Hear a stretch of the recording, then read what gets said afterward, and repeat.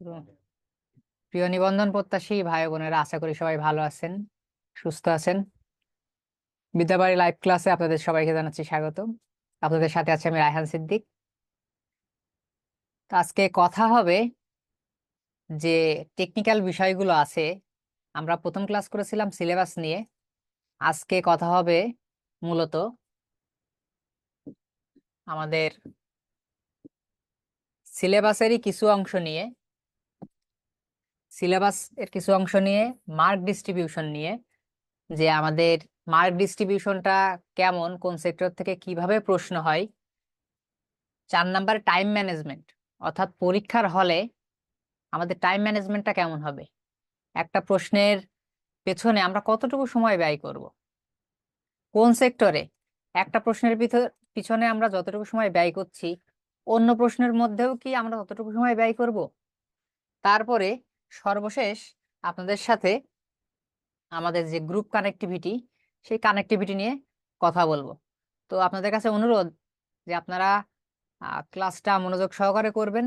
এই ক্লাসটা হচ্ছে আপনাদের দিক নির্দেশনামূলক ক্লাস, এবং এই ক্লাসটা আপনাদের প্রস্তুতির জন্য আপনাকে অন্যান্য স্টুডেন্ট থেকে কম করে 20% এগিয়ে রাখবে। কারণ আপনি যদি জানেন যে সিলেবাসের কোন অংশটা থেকে আপনি কতটা মার্ক টার্গেট করবেন, কিভাবে পড়বেন, কোনটা বাদ দিবেন, এটা কিন্তু একটা স্টুডেন্ট থেকে আপনাকে অনেক আগিয়ে রাখবে। আপনি যদি জানেন যে আমার কোন সেক্টরে মার্ক ডিস্ট্রিবিউশন কত, আমি ওই দিনও আলোচনা করেছিলাম মার্ক ডিস্ট্রিবিউশন, বাট আজকে আবার দেখিয়ে দিব। প্লাস টাইম ম্যানেজমেন্ট, অর্থাৎ আমার হলে টাইম ম্যানেজমেন্ট। দেখেন ভাই, পরীক্ষা শুধু আমরা একটা প্রশ্ন পেয়ে গেলাম আর পরীক্ষা দিয়ে দিলাম, বিষয়টা এরকম না। অন্যরা কেউ সাউন্ড শুনতে পাচ্ছেন? অন্যরা কি কেউ শুনতে পাচ্ছেন আমাকে ক্লিয়ারলি, বা আমার বোর্ড কি দেখতে পাচ্ছেন? একটু কমেন্ট করেন তো যারাই আছেন।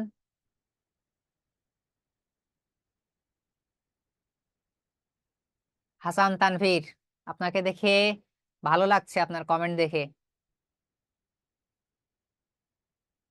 কারণ আপনি প্রিভিয়াস ক্লাসেও ছিলেন। কাজল, কাজলকে দেখেও ভালো লাগছে, কাজলও প্রিভিয়াস ক্লাসে ছিল। আচ্ছা, তাহলে দেখেন টাইম ম্যানেজমেন্ট ভাই, আপনারা আহ, পরীক্ষা দিতে গিয়েছেন, পরীক্ষার হলে প্রশ্ন পেলেন আর পরীক্ষা দেওয়া শুরু করলেন, বিষয়টা এরকম না। ঠিক আছে, যে প্রশ্ন পেলাম পরীক্ষা দেওয়া শুরু করলাম, একদিক থেকে লেখা শুরু করলাম, বিষয়টা নট দ্যাট ইজি। কারণ আপনারা যখন পরীক্ষা দেন, এই বিষয়টা হচ্ছে যে আপনাদের একে তো প্রশ্নপত্রে আপনাদের স্কিলের উপর একটা পরীক্ষা হয়, যে আপনারা কতটুকু জানেন, কি জানেন, কতটুকু পড়ালেখা করছেন, এই একটা বিষয়। দ্বিতীয় বিষয় পরীক্ষা হয় আপনাদের টাইম ম্যানেজমেন্ট, টাইম সেন্স কতটুকু, এটার বিষয়ে আপনাদের পরীক্ষা হয়। আপনারা জেনে রাখবেন, আপনারা 3 আওয়ার্স পরীক্ষা দিবেন, অর্থাৎ কলেজ সেকশনে 3 ঘন্টা পরীক্ষা দিবেন রিটেন। তো এই 3 ঘন্টা আপনাদের জন্য ইনাফ না। বা দেখা যাচ্ছে যারা প্রিলি পরীক্ষা দেন, এই যে 2 ঘন্টা সময় থাকে আমাদের, সাপোজ 2 ঘন্টা যে সময় থাকে আমরা 200টা এমসিকিউ দাগানোর জন্য, বিশ্বাস করেন এই 200টা এমসিকিউ দাগানোর, অনেকেই তো দেখছে 120-30টা দাগায়, কিন্তু ভালো করে পড়ে বুঝে 200টা এমসিকিউ দাগানোর জন্য কিন্তু 2 ঘন্টা ইনাফ টাইম না। এবং শুধু এই পরীক্ষাগুলো না, যতগুলো পরীক্ষায় আছে প্রত্যেকটা পরীক্ষার বিষয়বস্তুই কিন্তু এক, মানে আমার যে মানের প্রশ্ন করা হয় তার থেকে টাইম কিন্তু আমাকে কমই দেয়া হয়।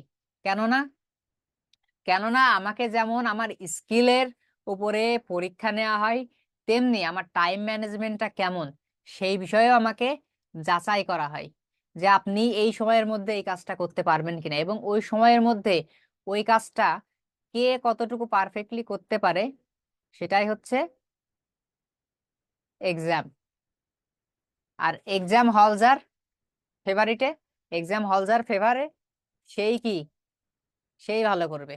আপনি সবকিছু ঠিকমতো পড়ে গিয়েছেন, কিন্তু এক্সাম হলে যে কোনো কিছুই ঠিকমতো ডেলিভার দিতে পারেননি, এক্সাম হল আপনার ফেভারে কাজ করেনি, সো কোনো লাভ নাই, আপনার ওই পরীক্ষাতে কোনো লাভ নাই, শুধুমাত্র পণ্ডশ্রম।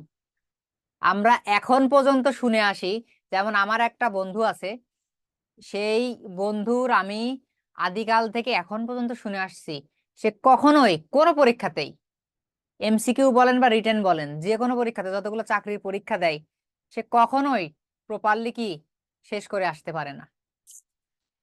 তো এগুলো সব একটার সাথে আরেকটা কিন্তু ইন্টারকানেক্টেড। যেমন এই যে টাইম ম্যানেজমেন্ট, এই টাইম ম্যানেজমেন্টের সাথে কিন্তু আমাদের এই যে কি বলে, এই যে মার্ক ডিস্ট্রিবিউশন, এটা ইন্টারকানেক্টেড। মার্ক ডিস্ট্রিবিউশনের সাথে এই যে আমাদের সিলেবাস, সিলেবাস আমরা ডিসকাস করেছি, আজকে খুব বেশি সিলেবাস ডিসকাস করব না, এইটাও কিন্তু কি ইন্টারকানেক্টেড। তো এই বিষয়গুলো কিন্তু আপনাদের মাথায় রাখতে হবে। এই ক্লাসটা কিন্তু খুবই জরুরি। এবং বিলিভ করেন আপনাদের, আমরা এখনো মূল লেকচারে প্রবেশ করিনি, আপনাদের ক্লাস একদম একাধারে শুরু হবে, আমি যদি ভুল না করি হয়তো 15 তারিখ থেকে, আমি শিওর না, বাট হয়তো এই মাসের 15 তারিখ থেকে আপনাদের ক্লাস শুরু হবে। তো ততদিনে আমার যে অন্য দুইটা ব্যাচ আছে, অর্থাৎ বিদ্যাবাড়ি থেকে আমাদের কলেজ সেকশনে যে আর দুইটা ব্যাচ আছে, সেই দুইটা ব্যাচে আমি ততদিনে, এখন পর্যন্ত আমি 6টা লেকচার শেষ করেছি, দুইটা ইন্ট্রোডাক্টরি ক্লাস সহ 6টা লেকচার শেষ করেছি। তো বিশ্বাস করেন সবাই প্রথম দুইটা ক্লাস করে খুবই উপকৃত হয়েছেন, এবং তারা একটা ক্লাসও মিস দেয়নি। তারা যখন জয়েন করে, জয়েন করে তারা কখনোই লিভ নেয় না, কারণ তারা জানে যে হচ্ছে এই বিষয়গুলো কতটা ইম্পর্টেন্ট, তাদেরকে বুঝিয়ে দেওয়া হয়েছে, তারপর থেকে তারা নিয়মিত ক্লাস করে। এর অনেক বড় একটা গুরুত্ব আছে। তো সেই গুরুত্বগুলো আমরা স্টেপ বাই স্টেপ কি আলোচনা করব। চলুন তাহলে শুরু করি। আচ্ছা, আমি সেদিনকে বলেছিলাম, তারপরেও আজকে অল্প একটু বলে রাখি। এই যে আমাদের হিস্ট্রি সেকশন, এখানে এলিজাবেথান পিরিয়ড থেকে আমাদের মডার্ন পিরিয়ড পর্যন্ত আমাদের হিস্ট্রি পার্ট অন্তর্ভুক্ত। এবং এইখান থেকে আমরা জানি, আমরা প্রিভিয়াস ক্লাসে আলোচনা করেছি যে দুই ধরনের প্রশ্ন হয়, টু টাইপস, টু টাইপস প্রশ্ন হয়। একটা হচ্ছে হিস্ট্রি, আর একটা হচ্ছে কি বলে, অথর। আচ্ছা, কেউ কিন্তু কনফিউজড হবেন না, ঠিক আছে? আমি হিস্ট্রি সেকশনের কথা বলছি। সব ক্লাসগুলা কি ঈদের আগেই শেষ হবে? ঈদের আগে শেষ হবে কি ঈদের পরে শেষ হবে সেটা বড় বিষয় না আতাউর রহমান ভাই। বিষয়টা হচ্ছে যে ক্লাসগুলো আপনার, যে রিটেন এক্সাম দিবেন আপনি এনটিআরসি এ, এনটিআরসি এ রিটেন এক্সামের অনেক আগে শেষ হবে ইনশাল্লাহ। এর সাথে ঈদের কোনো সম্পর্ক নাই, ঠিক আছে? আমরা যদি ইচ্ছা করি, আমরা আপনাদের পরপর 6 দিন ক্লাস নিয়েও, বা সপ্তাহে 7 দিন ক্লাসও কিন্তু নিতে পারি। বা আমরা কিন্তু একই দিনে একটা না, যেমন আজকে 2 ঘন্টার ক্লাস, একটা না 4 ঘন্টার ক্লাস নিয়েও কিন্তু আপনাদের কি শেষ করে দিতে পারি। কিন্তু আমরা কিন্তু সেই প্রেশার সিচুয়েশন আপনাদের উপরে কি ক্রিয়েট করব না। স্টেপ বাই স্টেপ গ্রাজুয়ালি আমরা কি করব, আপনাদেরকে আমাদের ম্যাটেরিয়ালস গুলো, আমাদের এখান থেকে সেবা আমরা আপনাদেরকে দেওয়ার চেষ্টা করব, ঠিক আছে? ঈদের সাথে ওই ওই কি বলে, কোরবানির সাথে সাথে রোজার ঈদের সাথে এগুলোর সাথে কোনো সম্পর্ক নেই। পরীক্ষার অনেক আগেই, পরীক্ষার অনেক আগেই, যাতে আপনারা ভালো একটা রিভাইসের সময় পান, এমন সময় হাতে রেখে আপনাদের কোর্সটা শেষ হবে। এবং আমি যে ম্যাটেরিয়ালস গুলো দিব এবং আমি যেভাবে পড়াবো, এর ভিতর থেকেই পরীক্ষার হলে আপনারা ওভারকাম হবেন। শতভাগ কমন পাবেন, 90% কমন পাবেন এগুলো বলবো না, বাট আপনারা ওভারকাম হবেন। এবং আজকে যে টার্গেট মার্ক আপনাদের দেখাবো, যে শিক্ষক হতে হলে এতগুলা টার্গেট মার্ক লাগবে, কলেজে একজন প্রভাষক হইতে হলে কত টার্গেট মার্ক প্রয়োজন, মানে 18তম জন্য, আমি সেই টার্গেটটা আপনাদের দেখাবো, এবং কিভাবে সেই টার্গেট মার্কটা অর্জন করা যায় সেই পথে আপনাদের নিয়ে যাব। টার্গেট মার্ক দেখে আপনাদের মাথা ঘুরে যাবে যে এত কি করে সম্ভব। তারপরেও যখন স্টেপ বাই স্টেপ জিনিসগুলো দেখবেন, আপনি কি নিজেই বিশ্বাস করা শুরু করবেন যা এইগুলো করা সম্ভব। এই দেখেন আমার হাতে লেকচার শিট আছে, পিডিএফ করা, ঠিক আছে? ক্লাসের পরে এগুলো দিয়ে দিই। আজকে আপনাদের তো লেকচারের ক্লাস না, তো আজকে আপনাদের পিডিএফ শেয়ার করা হবে না। তো প্রত্যেকটা ক্লাসের পরে, এই যে আমি আপনাদের 7টায় ক্লাস শুরু করলাম, আমি 5টা থেকে 7টা পর্যন্ত আগের ব্যাচের আমি ক্লাস নিয়েছি, এই যে কেবল নিলাম আর কি। তো আপনাদেরও এইভাবে ম্যাটেরিয়াল সরবরাহ করা হবে। আপনারা যদি কোনো বই কিনতে না চান, না কিনতে পারেন, কারণ আপনাদের খুবই শর্ট সাজেশন আকারে, পিডিএফ আকারে আপনাদের সমস্ত ম্যাটেরিয়াল এখান থেকেই, মানে পরীক্ষায় চাকরি পাওয়ার জন্য, পাশ করার জন্য যে যে ম্যাটেরিয়াল দরকার, ইনশাল্লাহ আমি যদি কোর্স হিসেবে অ্যাসাইন থাকি, আমি আপনাদের প্রোভাইড করব। আমি এই যে অন দা রেকর্ড আপনাদের বলে যাচ্ছি, এবং আমি তাই করছিও। প্রিভিয়াস আপনাদের যে ব্যাচগুলো আছে তাদের সাথে আমি এগুলাই করছি। সো ভরসা রাখতে হবে, ঠিক আছে? তাহলে এই যে আমরা টু টাইপস প্রশ্ন আলোচনা করছি, আমরা কিন্তু এইটা কিসে থেকে আলোচনা করছি? হিস্ট্রি থেকে আলোচনা করছি, ঠিক আছে? আমরা কিন্তু ইন্ডিভিজুয়াল অংশ থেকে আলোচনা করছি না। বলছি আমাদের যে হিস্ট্রি অফ ইংলিশ লিটারেচার যে পার্টটা আছে, ওই পার্ট থেকেই দুই রকমের প্রশ্ন হয়। একটা হচ্ছে ডিরেক্ট হিস্ট্রি থেকে, আর একটা হচ্ছে কম বেশি অথর থেকে। হিস্ট্রি থেকে হয় 80%, এবং অথর থেকে খুব কম হয়, মানে হিস্ট্রি সেক্টরে যেটা হচ্ছে 20%। এগুলো আমরা সবাই জানি, তাই তো?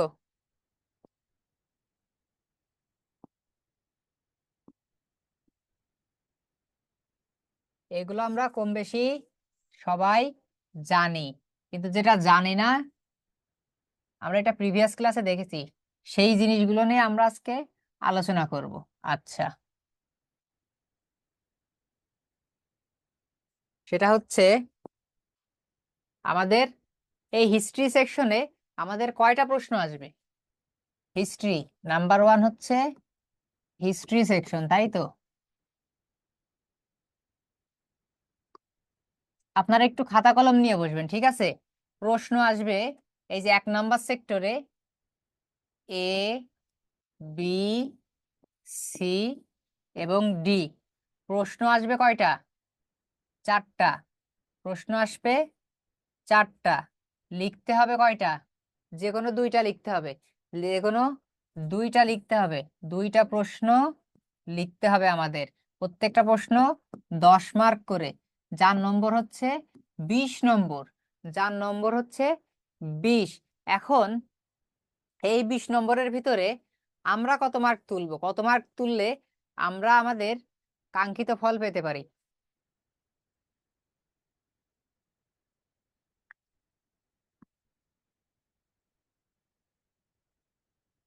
কেউ কি বলতে পারেন যে কত মার্ক এই প্রতিটা যে 10 নম্বর 10 নম্বরের প্রশ্ন, এই প্রশ্ন থেকে আমরা কত করে মার্ক তুলবো? বলেন দেখি। প্রত্যেকটা প্রশ্ন থেকে আমাদের টার্গেট মার্ক থাকবে কত? টার্গেট থাকবে হচ্ছে 8। 8 মার্ক করে আমাদের টার্গেট থাকবে।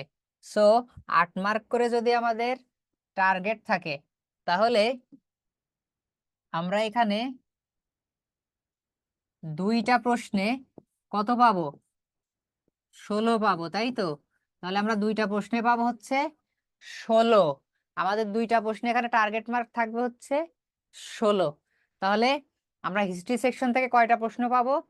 4টা প্রশ্ন। হিস্ট্রি সেক্টর থেকে আমরা 4টা প্রশ্ন পাবো। প্রশ্নে আমরা পেয়েই দেখবো যে আমাদের হিস্ট্রি সেকশন থেকে 4টা প্রশ্ন করা হয়েছে, এবং 4টা প্রশ্ন থেকে আমাদের 2টা প্রশ্ন লিখতে হবে, প্রত্যেকটার মান হচ্ছে 10, তাই তো? এবং আমাদের টার্গেট মার্ক হচ্ছে 8। আমরা যদি 8 উঠাতে পারি, সেটা হবে খুবই স্ট্যান্ডার্ড, এবং 2টা মিলে আমাদের হবে 16 মার্ক। আমি একটু প্রশ্নে চলে যাব, ঠিক আছে? প্রশ্নে চলে যাব। আপনারা সবাই আছেন কিনা জানি না, আমি এই বিষয়টা বুঝতে পেরেছেন কিনা আমি একটু জিজ্ঞাসা করব, ঠিক আছে? শিল্পা, আমি আপনাকে জিজ্ঞাসা করতে যাচ্ছি, যদি আপনার কোনো আপত্তি না থাকে। জি স্যার। জি বলুন শিল্পা। জি স্যার। সরি, শিপলা। আসলে বোর্ডটা একটু দূরে, আমার দেখতে একটু সমস্যা হচ্ছে, আর সামনে ক্যামেরা আছে তো। শিপলাকে আমাকে শুনতে পাচ্ছেন? জি স্যার। হ্যাঁ বলেন, যে আমাদের হিস্ট্রি সেকশন থেকে কয়টা প্রশ্ন আসবে?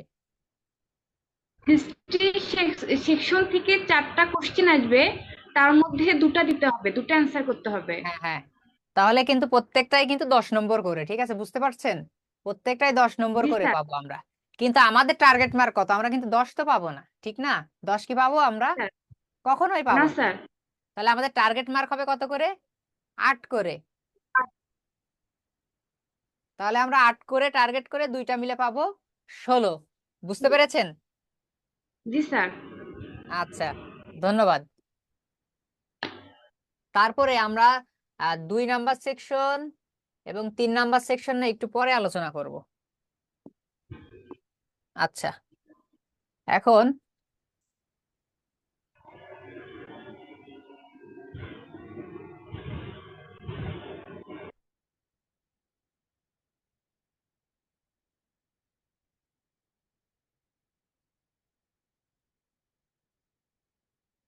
দেখেন, আমাদের এটা 4 নম্বরে দেয়া আছে, ঠিক আছে, কিন্তু পরীক্ষাতে আমাদের এটা 2 নম্বর থাকবে, ঠিক আছে। পরীক্ষায় এটা সেকশনটা হবে 2 নম্বর, ইন্ডিভিজুয়াল অথর। এখানে আমরা 13টা অথর খুঁজে পাবো। 13টা। এইখান থেকে এই পর্যন্ত আমাদের মোটা দাগে 13টা অথর আছে। 13টা। এই 13টা অথর থেকে প্রশ্ন হয়। আপনারা জেনে অবাক হবেন, 13টা অথরের বাইরে থেকেও প্রশ্ন হয়। যেমন এর আগে, আমি এক্স্যাক্টলি সালটা বলতে পারবো না, প্রশ্ন হয়েছিল হচ্ছে আপনার জোসেফ কনরাড থেকে দ্য হার্ট অফ ডার্কনেস, অর্থাৎ জোসেফ কনরাডের দ্য হার্ট অফ ডার্কনেস থেকে। আর এক বছরে আর একটা বাইরে থেকে প্রশ্ন এসেছে, সরি, রবিনসন ক্রুসো থেকে প্রশ্ন এসেছিল। সো দেখেন, বাইরে থেকেও প্রশ্ন হয়। তো বাইরের প্রশ্নে আমরা খুব বেশি মাথা ঘামাবো না, আমরা জাস্ট এই 13টা রাইটার থেকে আমরা কি পড়বো। এখন কথা, এই 13টা রাইটারের সবগুলো কি পড়বো? না, এই 13টা রাইটারের সবগুলোও আমরা পড়বো না। দেখা যাচ্ছে কোনো রাইটারকে আমরা একটু বেশি গুরুত্ব দিব, কোনো রাইটারকে আমরা কি একটু কম গুরুত্ব দিব, আবার কোনো রাইটার কি আমরা পড়বই না, ঠিক আছে। কোনো কোনো রাইটার আমরা পড়বই না। এইভাবে আমরা আগাবো। তাহলে কোন রাইটার পড়বো আর কোন রাইটার পড়বো না, সেটা আমরা ক্লাসে গ্রাজুয়ালি দেখিয়ে দেবো। এখন এই ইন্ডিভিজুয়াল সেক্টর থেকে আবার দুই ধরনের, এই ইন্ডিভিজুয়াল সেক্টরটা হচ্ছে 2 নম্বরে, অথর সেকশন। অথর সেকশন, ঠিক আছে। এটা হচ্ছে ইন্ডিভিজুয়াল অথর সেকশন। এখানেও ঠিক ওই ওয়েতে 4টা প্রশ্ন থাকবে। আমাকে 2টা প্রশ্নের কি করতে হবে? উত্তর দিতে হবে। আমাকে 2টা প্রশ্নের উত্তর দিতে হবে। তাহলে এখানেও যেহেতু 2টা প্রশ্ন, 10 মার্ক করে, তাহলে মার্ক হবে হচ্ছে টোটালি 20। তাহলে আমরা মোট কত মার্কের আলোচনা করলাম এখন পর্যন্ত? 40 মার্কের, তাই তো। আর আমার টার্গেট মার্ক, যেহেতু আমার হিস্ট্রি অংশে টার্গেট মার্ক 8 করে, সো আমাদের এখানেও টার্গেট মার্ক কত হবে? এখানেও আমাদের টার্গেট মার্ক হবে হচ্ছে 8 করে। তার মানে এখানে আমরা পাবো হচ্ছে 16। এখানে পাবো আমরা 16। এখন কথা, অনেকে প্রশ্ন করতে পারেন যে স্যার, আপনি তো টার্গেট মার্ক 8 করে ধরে দিচ্ছেন, 8 করে পাওয়া কি স্যার এতই সহজ? আপনি বললেই কি আমরা 8 করে পেয়ে যাব? আপনি 8 করে দিচ্ছেন, আমরা তো তার কমও পাইতে পারি। 8 করে পাওয়া তো সহজ কথা না। ঠিক বলেছেন ভাই, 8 করে পাওয়া সহজ কথা না। কিন্তু আপনাকে যে ম্যাটেরিয়ালসটা দেয়া হবে, এই ম্যাটেরিয়ালসটা অনেক স্ট্যান্ডার্ড ম্যাটেরিয়ালস, ঠিক আছে। এই ম্যাটেরিয়ালস খুব কষ্ট করে তৈরি করা, বিভিন্ন নেট থেকে, নেটের সোর্স থেকে, বিভিন্ন বই থেকে বেছে বেছে বেছে বেছে, বিভিন্ন মানে ওয়েতে, ঠিক আছে, কষ্ট করে আপনার জন্য এটা তৈরি করা, ভাষাগতভাবে ওইভাবে সাজিয়ে আপনার জন্য তৈরি করা। সো এই যে বিষয়গুলো, এই বিষয়গুলোই আপনাকে কি এই 8 পাওয়ার সম্ভাবনা বহুগুণে বাড়িয়ে দেবে। এখন যদি আপনি খাতায় এটা ঠিক করে পড়তে না পারেন, খাতায় ঠিকভাবে উপস্থাপন না করতে পারেন, সেটা তো আপনার ফল্ট। কিন্তু আমাদের যে ম্যাটেরিয়ালস, এইটা আপনাকে সর্বোচ্চ মার্ক দেওয়ার জন্য একদম অন্যতম দাবিদার। এটা আজকে বিশ্বাস না হলেও যখন লেকচারের ক্লাস 3-4টা হবে, আপনাদের ভেতরে তো কম বেশি বোঝার ক্ষমতা আছে, তখন আপনারা বুঝতে পারবেন। এই যে আমার প্রিভিয়াস ব্যাচে যে যারা স্টুডেন্ট আছেন, তারা এখন মানে আমার প্রতি অনেক কৃতজ্ঞতা দেখান। আমি ধন্য যে তারা আমার প্রতি এই বিষয়ে ফেইথ রেখেছে এবং আমার প্রতি কি কৃতজ্ঞতা দেখাচ্ছেন তারা। ইনশাল্লাহ আপনারাও মানে আশাহত হবেন না, যখন আপনারা এই বিষয়গুলো পাবেন আশাহত হবেন না। তাহলে আমরা দেখেন 40 মার্ক পর্যন্ত আমাদের কি আলোচনা করা হয়ে গেছে, এবং আমরা টার্গেট মার্ক কত পেয়েছি? প্রথম সেকশনে 16, দ্বিতীয় সেকশনে 16, অর্থাৎ আমরা 32 মার্ক পেয়েছি, তাই তো? এইবার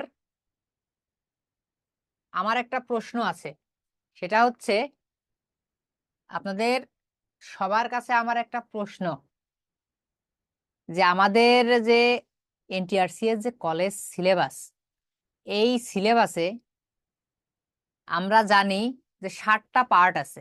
60টা পার্ট থেকে 8টা প্রশ্ন করা হবে। 1 2 3 4 5 6 7 8, 8 পর্যন্ত আমাদের প্রশ্ন করা হবে। তাহলে আমাদের পার্ট কয়টা সিলেবাসের?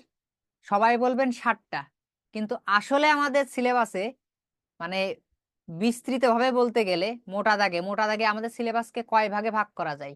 কেউ কি বলতে পারবেন? হ্যান্ড রেইজ করেন যে আমাদের সিলেবাসটা আসলে কত ভাগ। এনটিআরসি এ তো বলছে 7 ভাগ, আমাদের সিলেবাসের 60টা পার্ট আছে, কিন্তু আসলে সিলেবাসটা কয় পার্ট? কেউ কি বলতে পারবেন সিলেবাসের কয়টা পার্ট মূলত? দেখি আপনারা সিলেবাস নিয়ে কতটা অ্যানালিসিস করেছেন, কতটা টেকনিক আপনাদের মধ্যে আছে, কেউ কি জানেন? বলতে পারবেন কোনো ভাই বা কোনো বোন? আচ্ছা, নীরব ভাই হাত তুলছেন, দেখি।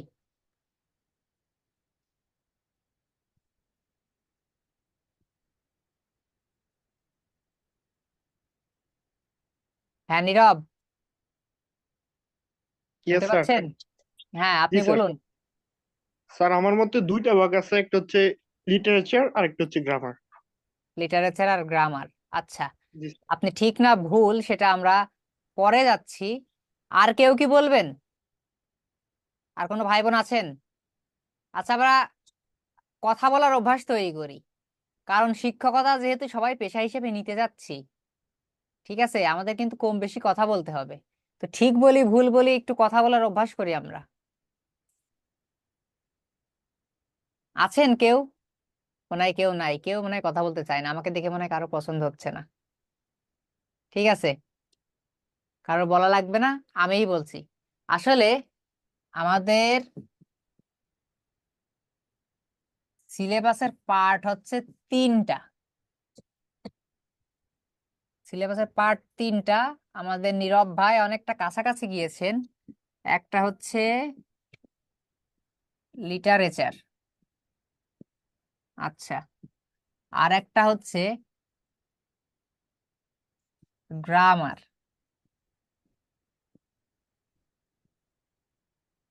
আর একটা হচ্ছে রাইটিং স্কিল।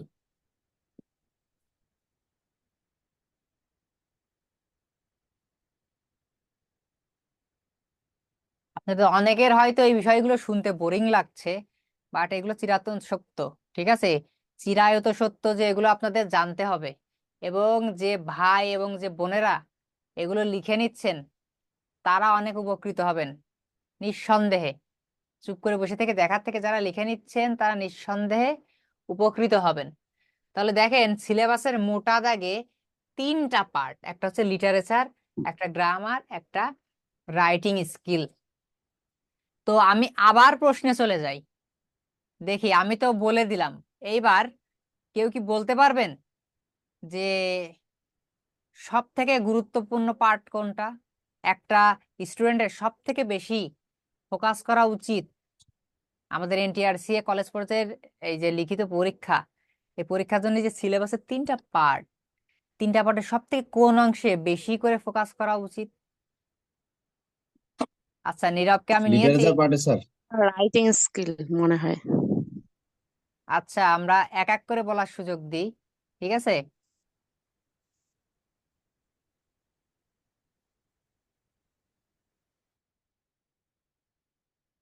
তানিয়া বলেন। স্যার রাইটিং স্কিল ইম্পর্টেন্ট বেশি। রাইটিং স্কিল, তানিয়ার মতে রাইটিং স্কিল, রাইটিং স্কিল, তাই তো তানিয়া জি আপু? স্যার। জি, জি। ধন্যবাদ, আপনার উত্তর আমরা নিয়েছি। আচ্ছা, রাকিবের কাছে আমরা একটু যাই। রাকিব ভাই আপনি বলেন কোন পার্টটা বেশি গুরুত্বপূর্ণ? স্যার লিটারেচার, কারণ এখানে আপনার 70 নম্বরের মতো আছে, 70 আচ্ছা, নম্বর। আমাদের রাকিব ভাই বলছেন লিটারেচার। আচ্ছা, যাদের বলা হয়ে যাবে তারা আমরা হ্যান্ড রেইজ আর না করি, ঠিক আছে? নতুন প্রশ্ন থাকলে হ্যান্ড রেইজ করব, কিন্তু ওই বিষয়ে আমাদের যখন যাদের বলা হয়ে যাবে হ্যান্ড রেইজ আর না করি, ঠিক আছে? আচ্ছা, তাহলে তানিয়া আপু বলেছে হচ্ছে রাইটিং স্কিল, আর রাকিব ভাই বলছেন হচ্ছে কি বলে লিটারেচার। আর কি কেউ বলতে চান? আতাউর রহমান ভাই বলতে চান কিছু?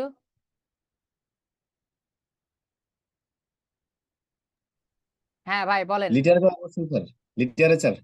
লিটারেচার। আচ্ছা, এখন আমরা একটু বলি, হ্যাঁ, যে কোন পার্টটা ইম্পর্টেন্ট। আচ্ছা, আমরা একটু দেখি, হ্যাঁ। এই যে আমাদের গ্রামার সেকশন, এইখানে আছে হচ্ছে 10 মার্ক, এখানে আছে হচ্ছে 10 মার্ক, এইখানে আছে হচ্ছে 20 মার্ক, আর এখানে আছে হচ্ছে 70 মার্ক। তো বিষয়টা কি এরকম যে এখানে 70 আছে বলে সব থেকে বেশি ইম্পর্টেন্ট, এখানে 10 নম্বরের মাত্র গ্রামার, বেশি ইম্পর্টেন্ট না, এখানে 20 নম্বরের বলে বেশি ইম্পর্টেন্ট না? বিষয়টা এরকম না। বিষয়টা হচ্ছে এরকম, কঠিন কোন জিনিসটা, কোন জিনিসটা সব থেকে বেশি কঠিন। আসলে পরীক্ষায় যে জিনিসটা সব থেকে বেশি কঠিন হবে স্টুডেন্টদের জন্য সেটা হচ্ছে লিটারেচার। কারণ গ্রামার কম বেশি সবাই ছোটকাল থেকে পড়ে আসছি, পারি বা না পারি সেটা অন্য কথা, পড়ে আসছি। রাইটিং স্কিলও তাই, কম থাকতে পারে অনেকের, গ্রামারের থেকে রাইটিং স্কিল কম থাকতে পারে, বাট এই যে লেটার অ্যাপ্লিকেশন বলি এইগুলো কিন্তু ছোটকাল থেকেই আছে। কিন্তু এই যে লিটারেচার সেকশনটা, এটা কিন্তু কষ্টসাধ্য একটা বিষয় স্টুডেন্টের জন্য, মানে মহাসমুদ্র পাড়ি দেওয়ার মতো। সুতরাং এই সেক্টরটা সব থেকে, মানে স্টুডেন্টকে সব থেকে বেশি ভোগান্তি দিবে হচ্ছে লিটারেচার সেকশন। সেই জিনিসটা মাথায় রাখতে হবে, যে জিনিসটা সব থেকে বেশি মানুষকে ভোগান্তি দেবে ওই জিনিসটাই যদি আমি সব থেকে বেটার করি, তাহলে অবশ্যই ও থেকে আমার মার্ক সব থেকে বেশি ভালো হবে। যেমন 17তম নিবন্ধনের কথা যদি বলি, যখন সম্মিলিত মেধা তালিকা প্রকাশ করলো, তখন দেখা গেল যে সাপোজ একজন 70 মার্ক পেয়েছেন আর একজন পেয়েছেন 71 মার্ক। তো যে 71 পেয়েছেন আর যে 70 পেয়েছেন, এই দুইজনের তফাৎ দেখা যাচ্ছে যে হিউজ, অন্তত 1-150 তফাৎ। এমনও আছে যে 71 পেয়েছেন 50 জন, 70 পেয়েছেন 80 জন, এমন করে। সো বুঝতে হবে এখানে একটা সিঙ্গেল মার্কও কতটা ইম্পর্টেন্ট। সো যেই অংশে সবাই দুর্বল, সেই অংশে যদি আমি হিরো হই তাহলে আর কি প্রয়োজন? তাহলে নিশ্চয়ই ওই অংশে আমার মার্ক বেশি আসবে, আমি অন্যর থেকে কি আগিয়ে থাকবো। আমি প্রথম ক্লাসে কিন্তু দেখিয়েছিলাম যে কলেজে টেকা কতটা কষ্ট, এবং 18তমতে তো আরো বেশি কষ্ট হবে। এবং 18তমদের জন্য আরো একটা বড় দুঃসংবাদ হচ্ছে 17তম যারা আছেন তাদের তো গণবিজ্ঞপ্তি একটা দিয়েই দিছে, আজকে লাস্ট ডেট ফর্ম ফিল আপের, এবং কালকে টাকা জমা দানের লাস্ট ডেট। তো এরকমও শোনা যাচ্ছে, নিউজ হয়েছে যে 18তমদের জন্য কি বলে ষষ্ঠ গণবিজ্ঞপ্তি আসতো, সরি সরি, হ্যাঁ ষষ্ঠ গণবিজ্ঞপ্তি আসতো, কিন্তু ষষ্ঠ গণবিজ্ঞপ্তির আগেই আর একটা গণবিজ্ঞপ্তি দেয়া হবে যারা জয়েন করতে পারবে না তাদের জন্য। তাহলে এটা কিন্তু একটা দুঃসংবাদ, কারণ এই মাঝে যে গণবিজ্ঞপ্তিটা দিবে এটা যদি না দেয়া হতো, তাহলে 18তমদের জন্য কিন্তু পোস্ট কিন্তু আরো কি থাকতো, রিজার্ভ থাকতো, আরো বেশি পরিমাণে পোস্ট কিন্তু আমার যে 18তম ভাই বোনরা আছেন তারা কিন্তু পেতেন। তাহলে আমাদের মাথায় রাখতে হবে যে 18তম কিন্তু খুবই একটা টাফ জব হবে, এবং এই টাফ জবে যদি আমাকে লেগে থাকতে হয় তাহলে খুবই প্রি প্ল্যান্ড ওয়েতে এগোতে হবে, এবং সেই প্রি প্ল্যান্ড ওয়েতে এগোনোর সবচেয়ে বড় দাবিদার হচ্ছে লিটারেচার। এই কারণে আমরা আগে লিটারেচারে 70 মার্ক শেষ করব। অনেকেই আছে অনেক দিক থেকে আলে ডালে বেরাবে, কিন্তু আমরা প্রথমেই শেষ করবো লিটারেচারের 70 মার্ক নিয়ে। এখন আমি 2 নাম্বারে লিখছি বলে না যে 2 নাম্বারে গ্রামার লিখছি, 3 নাম্বারে রাইটিং স্কিল লিখছি। এবার বলেন দ্বিতীয় কোন পার্টটা সব থেকে বেশি গুরুত্বপূর্ণ? লিটারেচারটা গেল, দ্বিতীয় কোন পার্টটা বেশি সব থেকে গুরুত্বপূর্ণ?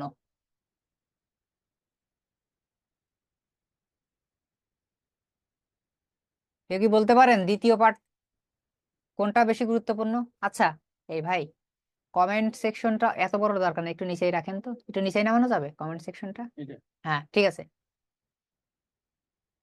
কেউ কি বলতে পারবেন? আচ্ছা আপনাদের কথা বলার অভ্যাস নেই কেন? হ্যান্ড রেইজ করেন। আচ্ছা নীরব হ্যান্ড রেইজ করেছেন। আচ্ছা আতাউর ভাই কি বলতে পারছেন?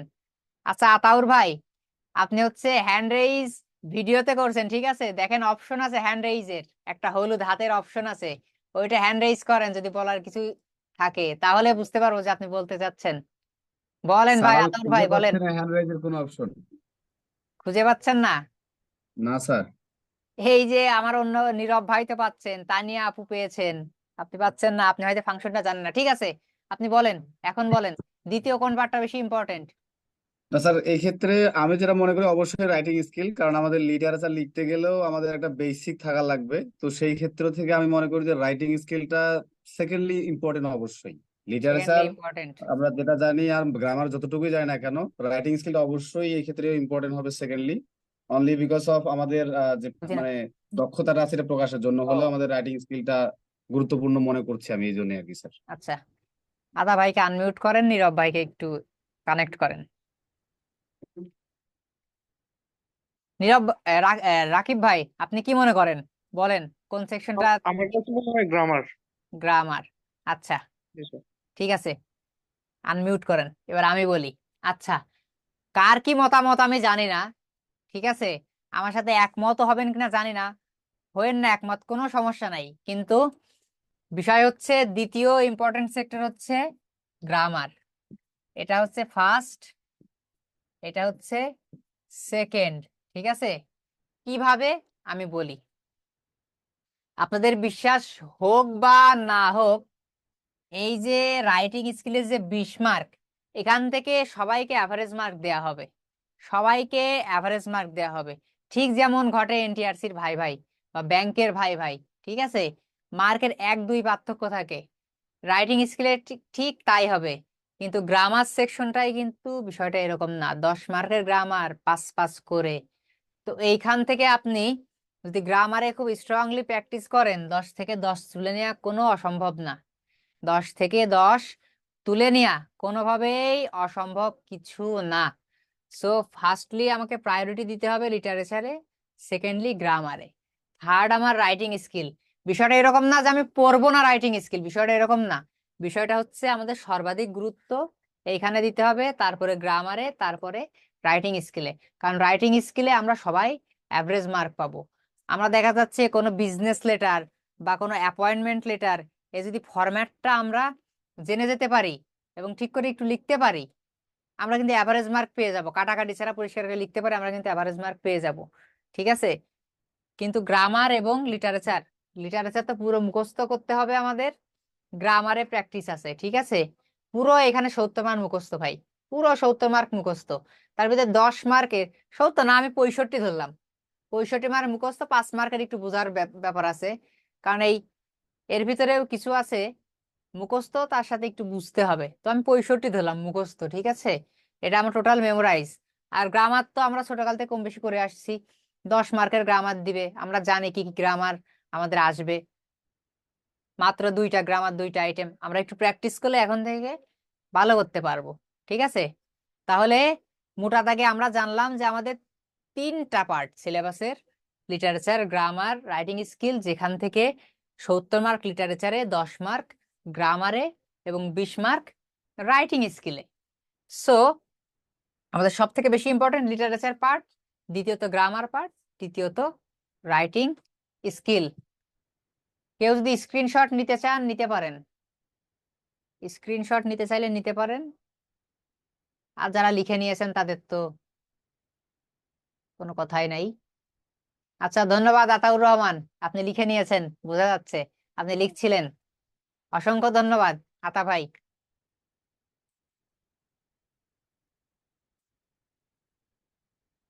তাহলে আমরা ইন্ডিভিজুয়াল অথর নিয়ে আমাদের কথা বলা হয়ে গেছে, আমরা হিস্ট্রি সেকশন নিয়েও কিন্তু কথা বলেছি।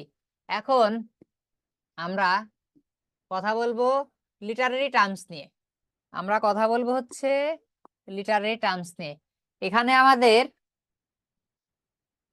কি আছে, কম বেশি 25-26টা লিটারারি টার্মস আছে। আমরা 25-26টাই পড়াবো, কিন্তু একদম এক্সামের কি বলে, এক্সামের একদম আগে আমরা হচ্ছে সংক্ষিপ্ত সাজেশন বলবো না, এই যে যে লিটারারি টার্মস আছে আমরা একদম 10-12টা দিয়ে দিব। মানে পড়াবো কিন্তু আমরা সব একদম পিডিএফ আকারে শীট দিয়ে আমরা সবই পড়াবো, কিন্তু একদম পরীক্ষার আগে মানে আমি যদি থাকি আপনাদের সাথে আমি জানিয়ে দিব, 12-13টার মতো আপনাদের জানিয়ে দেবে এখান থেকে যে এইগুলো খুব বেশি ইম্পর্টেন্ট, ঠিক আছে? তখন ওইগুলো আপনারা দেখা যাচ্ছে একটু বেশি চর্চা করলেন। তো এইখান থেকে একটু আমরা মার্ক ডিস্ট্রিবিউশন এবং হচ্ছে আমাদের একটু ইটা জেনে আসি। সেটা হচ্ছে এইখান থেকে আমাদের থাকবে হচ্ছে 3 নম্বর সেকশন, ঠিক আছে, লিটারারি টার্মস। 3 নম্বর সেকশন থাকবে হচ্ছে লিটারারি টার্মস। এইখান থেকে আমাদের থাকবে হচ্ছে 8টি, A B C D E F G H. কত মজার বিষয় দেখেন, মাত্র 8টা থাকবে এবং লিখতে হবে কয়টা, লিখতে হবে হচ্ছে 4টা। কত সুন্দর বিকল্প আছে। তো প্রত্যেকটাই আমাদের মার্ক হচ্ছে 5 করে। তাহলে আমাদের যদি 4টা লিখতে হয় আমাদের মোট মার্ক হচ্ছে 20 হবে। তাহলে আমরা মার্ক আলোচনা করলাম, 3 20-এ 60 মার্ক নিয়ে আমরা কি আলোচনা করে ফেলেছি। এখন এইখান থেকে আমাদের টার্গেট মার্ক কত হবে? আমরা তো 10 মার্কের প্রশ্ন থেকে 8 টার্গেট করেছি, তাহলে এইখান থেকে আমাদের টার্গেট মার্ক কত হবে? এইখান থেকে অবাস্তব মনে হলেও আমাদের টার্গেট মার্ক হবে হচ্ছে প্রতিটা থেকে 4 করে, অর্থাৎ 4টা থেকে আমরা মোট 16 মার্ক, 4টা থেকে আমরা মোট 16 মার্ক টার্গেট করব। এখন অনেক ভাই বোনের প্রশ্ন যারা মোটামুটি কম বেশি একটু বইটই ঘেটেছেন, এই যে লিটারারি টার্মস, এটা কিভাবে লিখলে বেশি নাম্বার পাওয়া যায়, এটা কোন ফরম্যাটে লিখবো, কিভাবে লিখবো, বা এটা কয় পৃষ্ঠা লিখবো, কতটুকু লিখলে আমি 4 পেতে পারি, ঠিক আছে? এইগুলো নিয়ে মাথা ঘামানোর দরকার নেই, এগুলো ক্লাসে পর্যায়ক্রমে বলে দেওয়া হবে। এবং যে হ্যান্ড নোট দেওয়া হবে শুধু ভাই গিলে যাবেন, গিলে যে যদি খাতায় পরীক্ষার হলে যে উগরাতে পারেন, ঠিক আছে, পেন দিয়ে উগরাইতে পারেন, তাইলে ওভারকাম হবেন, 4 পেয়ে যাবেন ইনশাল্লাহ, ঠিক আছে? ইনশাল্লাহ 4 পেয়ে যাবেন, বিশ্বাস রাখেন। 4 পাওয়া খুব বেশি কঠিন হবে না। যে টেকনিক বলে দিব, যে ফরম্যাট বলে দিব, জাস্ট ওই ফরম্যাটে লিখে যাবেন। তাহলে আমাদের থাকে হচ্ছে 5 মার্ক করে, কিন্তু আমরা টার্গেট মার্ক হচ্ছে 4 করে। Figure of sorry literary term থেকে আমাদের 4 মার্ক করে টার্গেট থাকবে, ঠিক আছে? তাহলে আমরা 16 পাবো। তাহলে কেউ কি বলতে পারবেন যে আমাদের মোট টার্গেট মার্ক কত হলো? 3টা সেকশন থেকে, 3টা সেকশন থেকে আমরা 60 মার্ক কিন্তু আলোচনা করেছি, বাট আমাদের টার্গেট মার্ক কত হলো? প্রথমটাতেও ছিল 16, দ্বিতীয়টাতেও 16, এটাতেও 16, তাহলে 3 16-তে কত হয়? 48। তার মানে 60 নম্বরের ভিতরে আমরা কি পরীক্ষাতে 48 নম্বর কিন্তু পেয়ে গেছি। জি মিম, ধন্যবাদ। আমরা 48 মার্ক কিন্তু পেয়ে গেছি অলরেডি, আসলেই কিন্তু পেয়ে গেছি, ঠিক আছে? তাহলে আমাদের পরের অংশ কি আছে? এই যে প্রথম 3টা অংশ 1 2 3 আমি যেভাবে লিখছি পরীক্ষায় কিন্তু ঠিক এইভাবেই আসবে। 1 নম্বরে যে প্রশ্ন করেছি ওই প্রশ্ন, 2 নম্বরে যে প্রশ্ন, 3 নম্বরে লিটারারি টার্মস, এইভাবেই আসবে কিন্তু, ঠিক আছে? তারপরে আমরা 4 নম্বর প্রশ্নটা নিয়ে এখন একটু আলোচনা করব। এই যে ফিগার অফ স্পিচ, ঠিক আছে, ফিগার অফ স্পিচ। দেখেন আমরা যে প্রথম 3টা সেকশনে আলোচনা করেছি, ঠিক আছে, এই প্রথম 3টা সেকশনে কিন্তু একটা মজা ছিল। কি মজা? যতগুলো প্রশ্ন ছিল তার অর্ধেক লিখতে হতো। হিস্ট্রি সেকশনে 4টা প্রশ্ন 2টা লিখতে হবে, ইন্ডিভিজুয়াল অথর সেকশনে 4টা প্রশ্ন 2টা লিখতে হবে, লিটারি টার্ম সেকশনে 8টা ছিল, লিখতে হবে মাত্র 4টা, অর্ধেক। কি মজা! কিন্তু দেখেন, এই যে ফিগার অফ স্পিচ, এটা কিন্তু থাকবে মূলত হচ্ছে কয় নম্বরে? 4 নম্বরে থাকবে। 4 নম্বর প্রশ্ন হচ্ছে এই ফিগার অফ স্পিচ। তো আমাদের প্রশ্ন থাকবে কয়টা? এ, বি, সি, ডি, ই। প্রশ্ন থাকবে কিন্তু 5টা।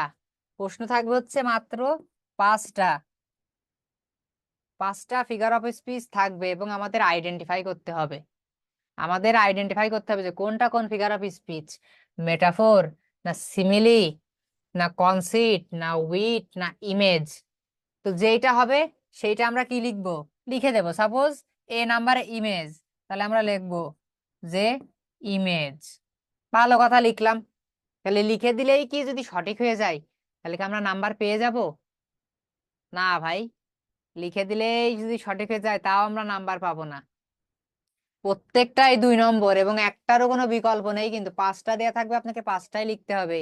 মোট পাবেন 10 নম্বর। তার মানে এক একটাতে 2 নম্বর করে। ধরেন প্রথমটা আপনার লাইন পড়ে দেখলেন যে ইমেজ হয়েছে, ভালো কথা। তাহলে ইমেজ কেন হয়েছে, কেন ওই লাইনটা ইমেজ বা ইমাজারি বা পার্সনিফিকেশন, সেটা আপনাকে ব্যাখ্যা করতে হবে। বেশি না, 1 লাইন বা 1.5 লাইনে ব্যাখ্যা করতে হবে। ব্যাখ্যা করতে হবে কি 1 লাইনে বা 1.5 লাইনে। যেমন ধরেন আহ লাইফ, ধরেন এই লাইনটা আপনাদের আছে, খুব ভালো করে বুঝে নেবেন ভাই, কারণ এইগুলা নিয়ে কিন্তু আর আলোচনা হবে না। এইগুলা নিয়ে কিন্তু আর আলোচনা হবে না। Life is a drama. Life is a drama. তাহলে এই লাইনটা যদি আপনাদের দেয়া থাকে তাহলে এইটা কোন ফিগার অফ স্পিচের আন্ডারে আপনারা ফেলবেন? একটু কমেন্ট করেন তো দেখি।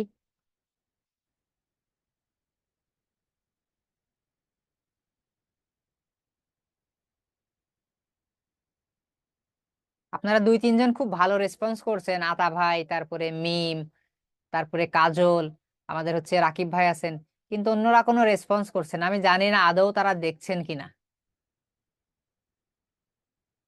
তানিয়া আপু সহ সবাই লিখছেন মেটাফোর। আচ্ছা, হ্যাঁ এটা মেটাফোর। এখন আপনি ধরেন লিখলেন যে এটা মেটাফোর।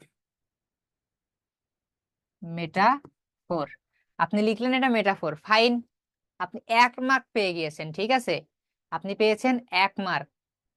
আপনারা কিন্তু ভাবছেন যে 2 মার্ক পেয়ে গেছি, না, কারণ প্রশ্নে লেখা আছে যে কেন। প্রশ্নে যখন পড়বেন তখন কিন্তু দেখবেন যে লেখা আছে, শুধু আইডেন্টিফাই করতে বলেনি, যে কেন এইটা হচ্ছে সেটাও ব্যাখ্যা করতে হবে আপনাকে। তাহলে দেখবেন যে আপনাকে ব্যাখ্যা করতে হবে 1 লাইনে। তো কিভাবে ব্যাখ্যা করবেন? জাস্ট কেন এটা মেটাফোর হয়েছে এইটুকু দেখাবেন। কিভাবে এটা মেটাফোর হলো?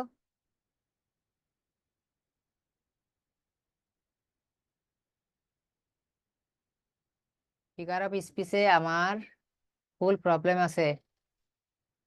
আচ্ছা, এখন দেখেন এই যে লাইফ, এই লাইফকে কি ইনডিরেক্টলি ড্রামার সাথে কি করা হয়েছে? তুলনা করা হয়েছে। তো আপনি লিখবেন যে here life is indirectly compared with drama. এতটুকু লিখলেই হয়ে যাবে। Here life is indirectly compared with drama, হয়ে গেল। তাহলে এই যে মেটাফোর এবং এই যে 1 লাইন লিখলেন, 2 পেয়ে গেলেন। এখন কথা হচ্ছে যে অনেক আছে, কি বলে, ফিগার অফ স্পিচ আছে, মানে লাইন আছে 2টা, কি বলে, 2টা বা 3টা ফিগার অফ স্পিচের আন্ডারে পড়ে। সাপোজ ধরলাম এটা মেটাফোর প্লাস কনসিট। মেটাফোরও হতে পারে, কনসিটও হতে পারে। তো আপনি এটা মেটাফোর না দিয়ে দিলেন কনসিট। এখন কনসিট কোন কারণে, সে কারণ আপনি দেখাইতে পারলেন না, লাভ নাই।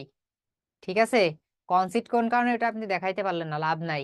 আপনাকে সেইটাই উত্তর দিতে হবে যেটা আপনি দেখাইতে পারবেন, যে এইটা আমি দেখাইতে পারবো। এই যে মেটাফোর, আমি ইজিলি বলতে পারছি মেটাফোর, ইজিলি আমি কি বলতে পারছি মেটাফোর, ব্যাখ্যা দিতে পারবো আমি। তাহলে আপনি মেটাফোরই দিবেন, কনসিটের ধারে কাছে যাবেন না, ঠিক আছে। দেখা যাচ্ছে কোনো ফিগার অফ স্পিচ যদি মানে কোনো লাইন যদি 3টা ফিগার অফ স্পিচ বা 2টা ফিগার অফ স্পিচের আন্ডারে পড়ে, আপনার মন চাইলে একটা দিয়ে দিবেন, বিষয়টা এরকম করবেন না। যেটা আপনি ব্যাখ্যা দিতে পারবেন, অবশ্যই তো সঠিক হওয়া লাগবে, সঠিক হয়েও দেখা যাচ্ছে যে 2টা বা 3টা ফিগার অফ স্পিচের আন্ডারে পড়বে, কিন্তু আপনাকে কি করতে হবে? আপনাকে আগে দেখতে হবে যে আপনি কোনটার ব্যাখ্যা দিতে পারবেন। আশা করি বুঝতে পেরেছেন। কারণ আপনি সহজটা লিখলে তো আপনার মার্ক কাটবে না। আপনি হয়তো মনে হচ্ছে আরে আমি সহজ করে লিখবো, সহজ করে লিখলে তো আমার তো মার্ক দিবেন, আউটস্ট্যান্ডিং লিখতে হবে। ভাই আউটস্ট্যান্ডিং যে আপনি লিখবেন, আপনি কি আউটস্ট্যান্ডিং ব্যাখ্যা দিতে পারবেন? এই বিষয়টাও কিন্তু আপনার মাথায় রাখতে হবে। ঠিক আছে? আচ্ছা, তাহলে এই যে দেখেন, এই ফিগার অফ স্পিচ থাকবে কিন্তু কয়টা? 5টা, 5টারই উত্তর দিতে হবে। তার মানে এক একটা হচ্ছে 2 মার্ক করে, থাকবে হচ্ছে 5টা, মোট 10 মার্ক। মোট হচ্ছে 10 মার্ক। আর আমাদের টার্গেট মার্ক হচ্ছে এখান থেকে, আমাদের টার্গেট মার্ক কত? আমাদের টার্গেট মার্ক হচ্ছে এইখান থেকে 2 গুণ 4 ইকুয়াল টু কত? 8। আমাদের টার্গেট মার্ক এখান থেকে 8, কিন্তু এই 8টা তোলা একটু কষ্টসাধ্য হয়ে যায়। কারণ এইখানে তো আমি আপনাদের বোঝানোর জন্য সহজ একটা সেন্টেন্স দিয়েছি, কিন্তু ওইখানে যে সেন্টেন্স গুলা যে দিবে ওইখানে সহজ নাও হইতে পারে। আর কবিতার লাইনগুলো বোঝা খুবই কষ্টসাধ্য। এইটা হচ্ছে সব থেকে বড় কথা।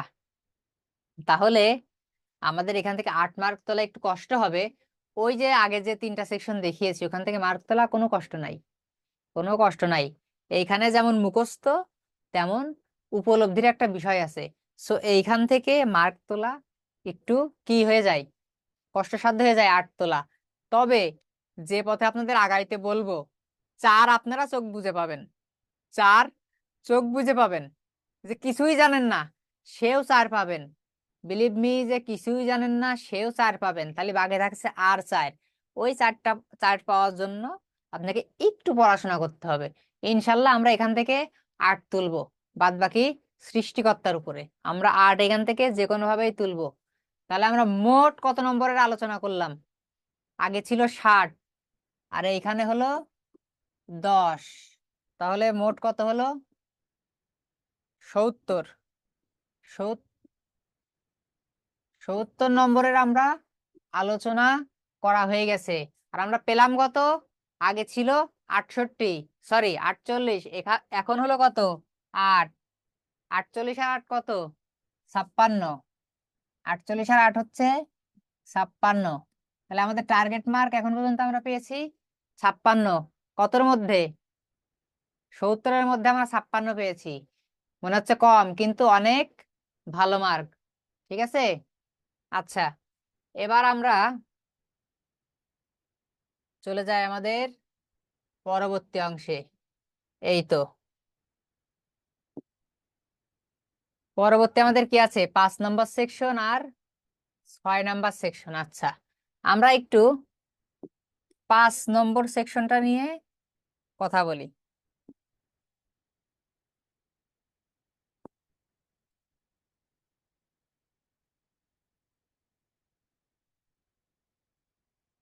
পাঁচ নম্বর সেকশনটা নিয়ে একটু কথা বলি, ঠিক আছে? এই যে 5 নম্বর প্রশ্ন। এখন 5 নম্বর প্রশ্নে অনেক কিছু আছে দেখেন। ফর্মাল লেটার আছে, ঠিক আছে, ইনফর্মাল লেটারও থাকে, এখানে হয়তো ইনক্লুড করা হয়নি। তারপরে লেটার টু এডিটরস, অর্থাৎ পত্রিকায় যে সম্পাদকীয় লেখা হয় সেটা। তারপর কমপ্লেন লেটার, ঠিক আছে, এটাও পত্রিকায় লেখা হয়, বা হচ্ছে দেখা যাচ্ছে পত্রিকায় আপনি আর্টিকেল দিলেন, কমপ্লেন লেটার। বা দেখা যাচ্ছে আপনার এলাকায় ডিসি আছেন, ডিসি মহোদয়, বা কি বলে এসপি মহোদয় বরাবর আপনি একটা কমপ্লেন লেটার দিলেন, সেটা আলাদা বিষয়। তারপরে রিকোয়েস্ট লেটার, জব অ্যাপ্লিকেশন, ঠিক আছে, জব অ্যাপ্লিকেশন দেয়া হয়। যেমন ধরেন আপনার 17তমতে প্রভাষক পদে আপনার প্রশ্ন এসেছিল যে আপনি যে একজন প্রভাষক হিসেবে জয়েন করতে চাচ্ছেন, এই বিষয়ে একটা কি লিখুন, সিভি সহ একটা কি জয়নিং লেটার লিখুন, ঠিক আছে। এই জাতীয় বিভিন্ন ফরম্যাটে প্রশ্ন আসে, কিন্তু এখানে আপনার আমাদের মজার বিষয় হচ্ছে এই যে 5 নম্বর, এই 5 নম্বরে কিন্তু আমাদের বিকল্প থাকে, এ থাকবে, বি থাকবে। এইখানে আমাদের কিন্তু একটা মজার বিষয় যে আমাদের বিকল্প থাকবে, আমরা যে কোনো একটা চুজ করে নিতে পারবো। এখানে আমাদের দুইটা আইটেম থাকবে, ঠিক আছে? দুইটা আইটেমের মধ্যে আমাদের লিখতে হবে হচ্ছে একটা, যে লেটারই লিখে আমাদের লিখতে হবে একটা এবং 10 মার্ক। তাহলে আমাদের মোটের উপর মার্ক হচ্ছে 10। তাহলে আমাদের টার্গেট মার্ক কত? টার্গেট মার্ক, আমাদের টার্গেট মার্ক হচ্ছে 8। আমাদের টার্গেট মার্ক হচ্ছে 8। টার্গেট মার্ক কত? 8। আচ্ছা, এইবার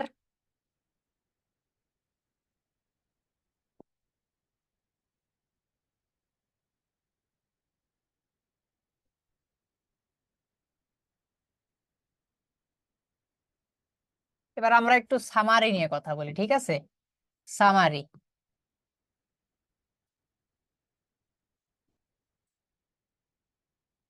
দেখেন আমাদের সামারি আছে হচ্ছে 6 নম্বরে। 6 নম্বরে আমাদের কি আছে? সামারি আছে। এখন সামারিতেও কোনো বিকল্প থাকবে না, একটাই থাকবে, একটাই লিখতে হবে, ঠিক আছে? একটাই থাকবে, একটাই লিখতে হবে সামারি। তাহলে এই সামারিতেও আমাদের কত মার্ক? একটা থাকবে, 10 মার্ক। তাহলে এই যে 10 মার্ক, সামারিতে আমাদের 10 মার্ক, তাহলে আমাদের টার্গেট মার্ক কত? টার্গেট মার্ক হচ্ছে 7।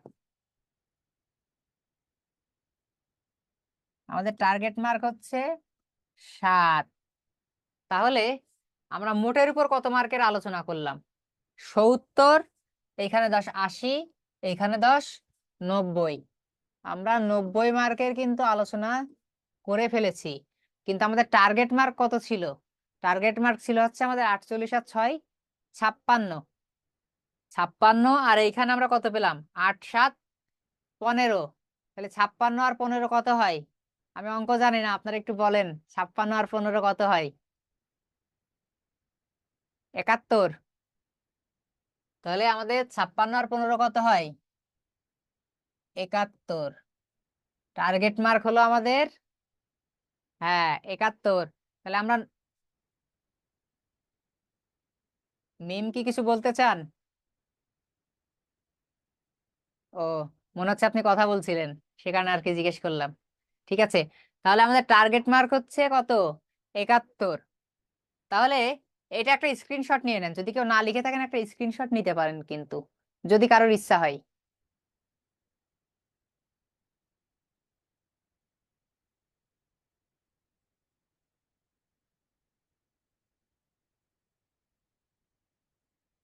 আচ্ছা, তাহলে আমাদের যে শেষ যে আজকের সেকশনটা, সেটাই আমরা চলে যাই।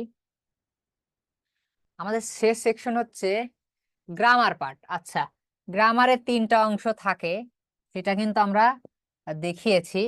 সেটা হচ্ছে completing sentence, synonym antonym making এবং সেন্টেন্স মেকিং, আবার হচ্ছে চেঞ্জিং ওয়ার্ড, তার সাথে সেন্টেন্স মেকিং। এগুলো আমরা দেখিয়েছি যে কোনটাতে সেন্টেন্স তৈরি করতে হবে, আগের ক্লাসে দেখিয়েছি। তো যে বিষয়টা হচ্ছে 3 নম্বর থেকে কিন্তু প্রশ্ন আসবেই, এর কোনো ব্যতিক্রম নেই, যে কমপ্লিটিং সেন্টেন্স থেকে প্রশ্ন আসবেই। এই দুইটা থেকে যে কোনো একটা অপশন থেকে পরবর্তীতে কি আসবে? প্রশ্ন আসবে। তাহলে কোনটা থেকে প্রশ্ন আসবে সেটা তো আমরা জানি না, কিন্তু এই যে সেকশনটা আমি কেটে দিলাম মানে এরকম না কিন্তু যে প্রশ্ন আসবে না। এই সেকশনটা থেকে লাস্ট 7-8 বছরে কোনো প্রশ্ন আসে দেখা যায়নি।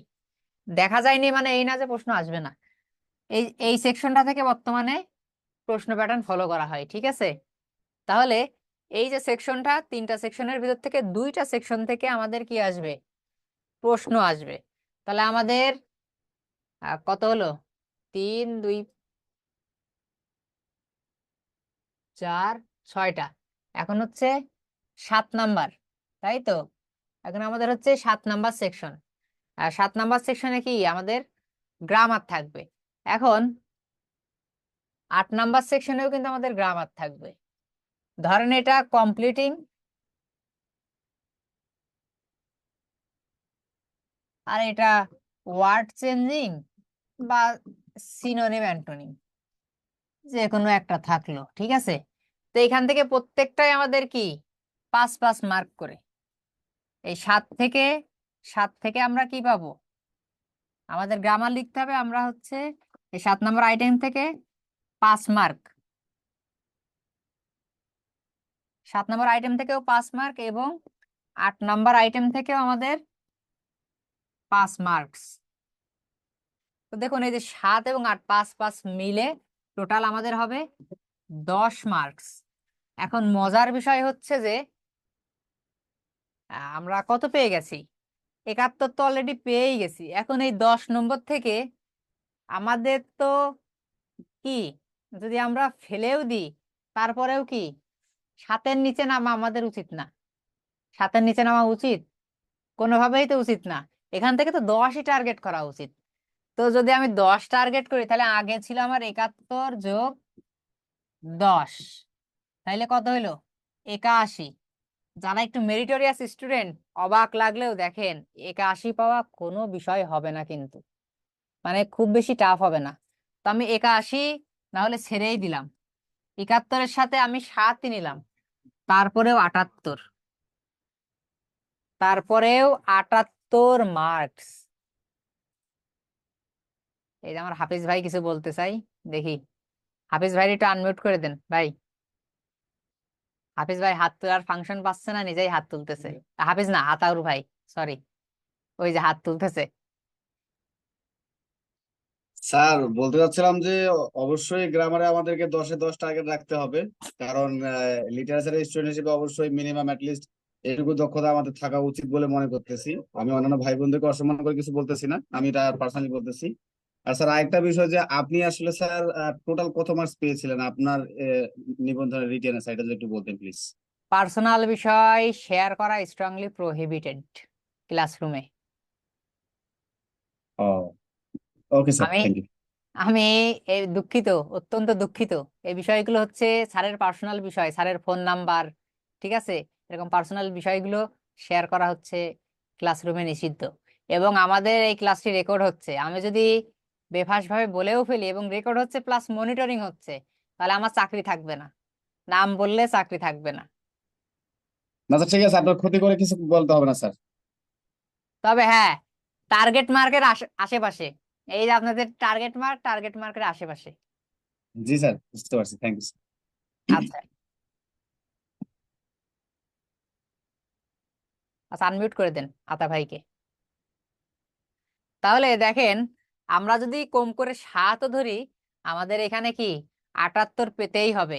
এবং প্রিভিয়াস ক্লাসে বলেছিলাম যে এবার হয়তো কলেজে অনেকের আহ, যেটা সচরাচর হয় না, কারণ এবার তো 17তমতে সিট অনেক বেশি ছিল।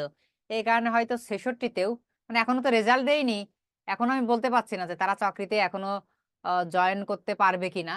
তবে তারা কিন্তু চয়েস লিস্ট পূরণ করতে পেরেছে, অর্থাৎ গণবিজ্ঞপ্তিতে তারা কিন্তু আবেদন করতে পেরেছে, যারা 65 66 বা তারও কম পেয়েছে। কিন্তু এটা কিন্তু সচরাচর হয় না। 70 থেকে কিন্তু শুরু হয়, মানে কলেজের ক্ষেত্রে কিন্তু 70 মার্ক থেকে শুরু হয়। তো যদি 18তমর প্রেক্ষাপট আমি চিন্তা করি, 18তমর প্রেক্ষাপটে বলতে গেলে আমাদের 75কে মানে স্ট্যান্ডার্ড পাস মার্ক ধরতে হবে, 75। কারণ যে এই যে 17তম নিবন্ধন, এখানে কিন্তু সবাই জয়েন করবে। এখানে চাকরি পাওয়ার থেকে চাকরি না পাওয়াটা কঠিন হয়ে দাঁড়াবে। এটা হচ্ছে সব থেকে বড় বিষয়। 96,000 টিচার নিয়োগ হবে, চিন্তা করেন। হ্যাঁ, অনেক পোস্ট ফাঁকা থাকবে, সেটা হচ্ছে আহ, মানে কি, যে পার্টিসিপেন্ট যারা আছে তাদের নিজের ভুলে। সাপোজ ধরেন ভাই, আমি পেয়েছি 10, আমি পেয়েছি 10 নম্বর সাপোজ। এখন এই 10 নম্বরে আমি যদি আমার ইউনিয়নের কোনো স্কুল কলেজ চয়েস দিই, তাহলে আমার পাওয়ার সম্ভাবনা সব থেকে বেশি। কিন্তু আমি আমার এই 10 নম্বর নিয়ে, আমার এই স্বল্প পুঁজি নিয়ে আমি গেছি চয়েস দিতে সদরের কোনো এক স্কুল কলেজে, তাহলে কি আমি পাবো? আমি তো কোনোভাবেই পাবো না। তাহলে এই যে এই জাতীয় লোকদের চাকরি হবে না। ঠিক আছে, এটা কিন্তু সম্পূর্ণই নিজের দোষে, এটা সম্পূর্ণই নিজের দোষে। তাছাড়া কেউ যদি ঠিক মতো চাহিদা অনুযায়ী চয়েস দেয়, তাদের কিন্তু চাকরি এবার হবেই। আর এইটাই সব থেকে বড় হতভাগী কারণ, যে 18তমতে পোস্ট একটু কম আসবে। ঠিক আছে, পোস্ট একটু কম আসবে, এটাই হচ্ছে কি সব থেকে বড় কথা। এই কারণে আমাদের খুব বেশি মার্ক টার্গেট করতে হবে। আমরা যদি খুব বেশি মার্ক টার্গেট না করতে পারি, তাহলে কিন্তু আমরা কি, যদি ধরি যে চাকরি হচ্ছেও, তাহলে দেখা যাচ্ছে যে খুবই প্রত্যন্ত অঞ্চলের একটা স্কুল বা কলেজে, সরি কলেজে, আপনারা যেহেতু কলেজ লেভেলের, কলেজে চাকরি হচ্ছে। সো আমরা 75-এর নিচে, 75-এর নিচে কোনোভাবেই আমরা কি নামবো না। ঠিক আছে, আমাদের সবসময় টার্গেট থাকবে যে 75 আপ আমরা টার্গেট করব। এখন অনেক আলোচনা হয়েছে, ঠিক আছে, মার্ক ডিস্ট্রিবিউশন নিয়েও আলোচনা হলো, এখন টাইম ম্যানেজমেন্ট নিয়ে আলোচনা করব। এখন আমার প্রিয় ভাই বোনেরা বলেন যে আপনারা এই বিষয়ে কোনো প্রশ্ন জানার আছে কিনা, হ্যান্ড রেইজ করেন।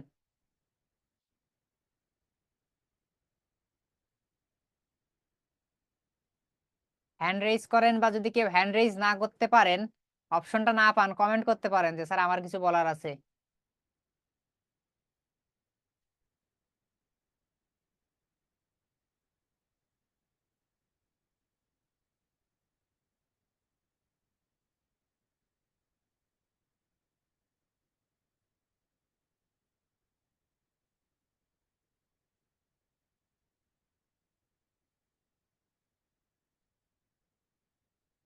মাউস নড়ে না কেন ভাই?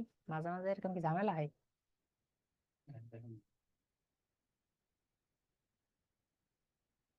কারোর কি কিছু বলার আছে? কাজল,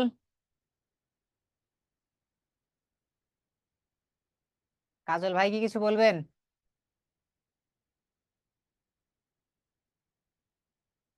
না সবাই বুঝতে পেরেছেন? রত্নাও তো আছেন, আগের ক্লাসেও ছিলেন, রত্নাও আছে। আচ্ছা,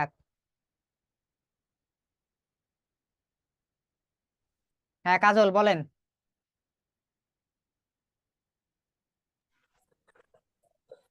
স্যার আমি বলতে চাচ্ছিলাম যে স্যার আসলেই যে আমরা লিটারেচারে মার্ক ধরলাম 10-এর মধ্যে 8, স্যার মানে যারা খাতা কাটবেন যারা, ওরা কি আসলে এত ভালো মার্ক দিয়ে বা মানে কত ভালো লিখলে এরকম মার্ক পাওয়া যায়, এটা মানে একটু জানতে চাচ্ছিলাম। মার্ক কি ওরা বাসা থেকে এনে দিবে যে কার্পণ্য করবে? না, মার্ক হচ্ছে টাকা, দিতে চাইবে না? মার্ক তো ওরা বাসা থেকে আনবে না, ঠিক না? তো মার্ক আপনি পাবেন কিনা সেটা তো আপনার খাতার উপর নির্ভর করবে। আর খাতা ভালোভাবে উপস্থাপন করার দায়িত্ব তো আমি নিয়ে নিচ্ছি, ঠিক না? যে ম্যাটেরিয়ালস দ্বারা আপনি খাতা পূর্ণ করবেন, সেই ম্যাটেরিয়ালস এর দায়িত্ব তো আমার। আমি তো বলছি যে আপনি শুধু আগ্নেয়গিরি লাভার মতো যে কি পরীক্ষার হলে উদ্গীরণ করে দিবেন, আপনার পেনের কলম দিয়ে কি উদ্গীরণ করে দিবেন, খাতা ভরে আসবেন। আজে বাজে আমার সোনার বাংলা আমি তোমায় ভালোবাসি এটা লিখে না, আমি তো ম্যাটেরিয়ালস দিব, পরে ওইটা লিখে কি খাতা ভরাই রেখে আসবেন। তারপরে রেজাল্টের দিন দেখবেন, ঠিক আছে, যখন রেজাল্ট দিবে, রেজাল্টের কিছু পরে জানা যায়, ওই অনেক গ্রুপ থেকে পিডিএফ শেয়ার করে যে কে কত পেয়েছে। যদিও অফিসিয়ালি এনটিআরসি এর ওয়েবসাইট থেকে দেয় না, সার্টিফিকেটে তো লেখা থাকেই, সার্টিফিকেট যখন হাতে পাবেন পাবেন, কিন্তু সার্টিফিকেট পাওয়ার আগে অনেক গ্রুপে এটা শেয়ার করে, অনেকে শেয়ার করে, ওই অনেক সময় লিক হয়ে যায়, ওইখান থেকে দেখতে পারবেন যে আপনার নাম্বার কত। ঠিক আছে, তখন বুঝবেন। কারণ না, গণবিজ্ঞপ্তিতে আবেদন করার জন্য নাম্বার জানাটা তো খুব জরুরি, নাহলে আপনি আন্দাজে কোথায় আবেদন করবেন? আপনি যখন জানতে পারবেন যে আমার মার্ক 75 আপ আছে, তখন তো আপনি আপনার দেখা যাচ্ছে ভালো একটা কলেজে আবেদন করতে পারবেন, যে আপনার জেলার ভিতরে সব থেকে শ্রেষ্ঠ যে কলেজ, সেই কলেজটাকে আপনি 1 নম্বর চয়েস, তারপরে এভাবে 2 নম্বর চয়েস টয়েস এইভাবে দিয়ে সাজাইতে পারবেন। দেখা যাচ্ছে আপনার জেলায় কোনো ভালো কলেজ নাই, তাহলে দেখা যাচ্ছে পাশের জেলায় যে ভালো কলেজ আছে, তা আপনি ওইটাতেও চয়েস দিতে পারবেন। আপনার নম্বর বেশি, দেখলেন যে ওই জেলায় যারা ফার্স্ট হয়েছে তার নাম্বার আপনি থেকে কম, আপনি চয়েস দিলেন, তখন কি হবে? আপনি পেয়ে যাবেন ওই জেলার ভালো কলেজের চাকরিটা।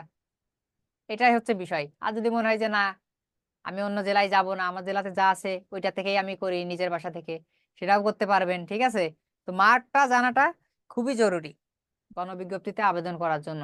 এবং মার্ক সবাই কম বেশি জানতে পারবে, সবাই, কেউ মার্ক ছাড়া থাকবে না। বিষয়গুলো আস্তে আস্তে যখন হবে, ঘটবে, তখন বুঝতে পারবেন।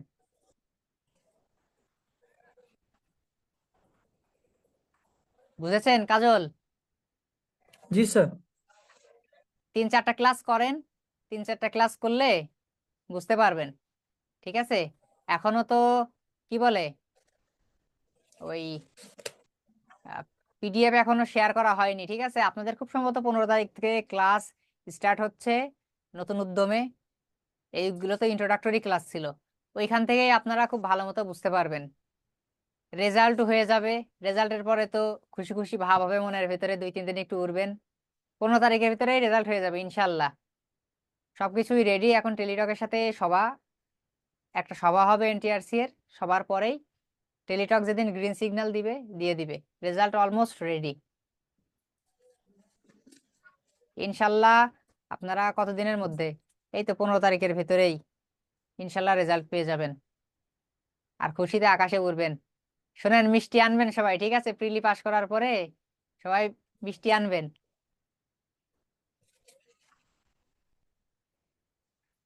আর আপনারা দেখেন, আপনারা মানুষ হচ্ছে 7টার সময় ক্লাস চেয়ে পায় না আপনাদের, কিন্তু আমি জোর করে সার্ভিস থেকে রিকোয়েস্ট করে আপনাদের 7টার সময় ক্লাসটা আহ মানে আর কি ক্লাস নেওয়ার জন্য অনুরোধ জানিয়েছি যে ক্লাসটা 7টার সময় দিন। কিন্তু আপনারা কি মানে মাত্র দেখেন 17 জন আসছেন। অবশ্য এতে আমার কোনো সমস্যা নাই, সমস্যা যারা আসেনি তাদেরই। রেকর্ডেড ক্লাস থাকে, কিন্তু রেকর্ডেড ক্লাস দেখার কিন্তু এরকম স্পৃহা বা আগ্রহ অনেকের থাকে না। সো লস তারাই করবে। ঠিক আছে, আর যারা রেকর্ডেড, বিশ্বাস করেন, যারা রেকর্ডেড ক্লাস দেখে তারা টেনে টেনে দেখে। এই যে আপনারা অনেকে আমাকে প্রশ্ন করলেন, প্রশ্নের প্রেক্ষাপটে আমি উত্তর দিলাম, এই উত্তরগুলোরও কিন্তু যথেষ্ট গুরুত্ব আছে, কিন্তু তারা কিন্তু এই প্রশ্ন এবং উত্তরগুলো শুনবে না, স্কিপ করে যাবে। সো তারা ক্ষতিগ্রস্তই হবে। আদতে রেকর্ডেড ক্লাসে ক্ষতিগ্রস্তই হয়, কারণ রেকর্ডেড ক্লাস কেউ ফুললি দেখে না, সবাই টেনে টেনে দেখে যে স্যার কখন কথা বলছে ওই অংশটুকু দেখি। ঠিক আছে, তাহলে আপনাদের এই বিষয়ে আর কোনো প্রশ্ন নাই। তাহলে আমি হচ্ছে টাইম ম্যানেজমেন্ট অংশে চলে যাই, যে কি করে আমরা টাইম ম্যানেজমেন্ট করব পরীক্ষার হলে, কোনটার প্রতি আমরা কতটুকু টাইম দিব।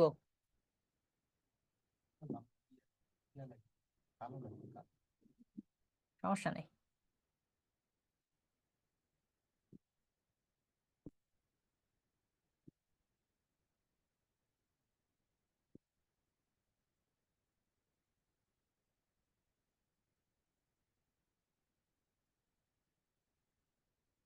আচ্ছা দেখেন, তাহলে আমাদের আহ যেমন সেক্টর সেক্টর পার্ট ওয়াইজ আমরা হচ্ছে মার্ক ডিস্ট্রিবিউশন আলোচনা করলাম, এখন আমরা ঠিক ওইভাবেই সেক্টর ওয়াইজ আমরা মার্ক বন্টন নিয়ে আলোচনা করব, এই টাইম ম্যানেজমেন্ট নিয়ে আলোচনা করব। এখন যদি ধরেন আমাদের 1 নম্বর সেক্টরের কথা বলি, 1 নম্বর সেক্টরে আমরা 2টা প্রশ্ন লিখবো। কয়টা প্রশ্ন ছিল এখন আমরা ওইটা ভুলে যাই। তাহলে আমাদের 1 নম্বরে হচ্ছে হিস্ট্রি। আচ্ছা, হিস্ট্রিতে আমরা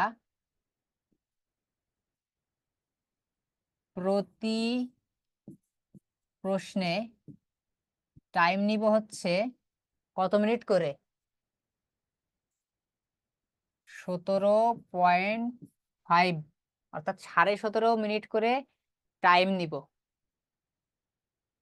যেহেতু একটা প্রশ্নে 17.5 মিনিট টাইম, গুণ আমরা 2টা প্রশ্ন লিখব, তাহলে কত হয়?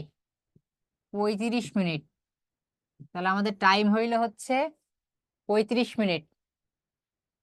আমরা 2টা প্রশ্ন লেখার জন্য মোট টাইম দিব হচ্ছে 35 মিনিট, 17.5 করে। এবং এই টাইমটা আমরা কিভাবে মেলাবো শেষে, সেটা আমরা খেয়াল করবো। আমরা লক্ষ্য রাখি যে আমাদের 3 ঘন্টা ইকুয়াল টু কত হয়? 180 মিনিট। 3 ঘন্টা ইকুয়াল টু হয় 180 মিনিট। সো 180 মিনিটকে আমরা এই যে এইভাবে কি ভাগ করে নিব। তাহলে আমরা প্রতিটা প্রশ্নে আমরা 17.5 মিনিট, অর্থাৎ 17.5 মিনিট করে, অ্যাভারেজ 18। ঠিক আছে, একটা 18 নিলাম, একটা 16 নিলাম, বা 17.5 করে নিলাম, দুইটা প্রশ্ন আমরা 35 মিনিট সময়ের মধ্যে শেষ করব। তদ্রূপ ভাবে আমাদের যে 2 নম্বরে অথর সেকশন আছে সেটাও তো এরকম, একই রকম মার্ক বন্টন। তাহলে ওইখানেও আমরা কি করব? একই সিস্টেম।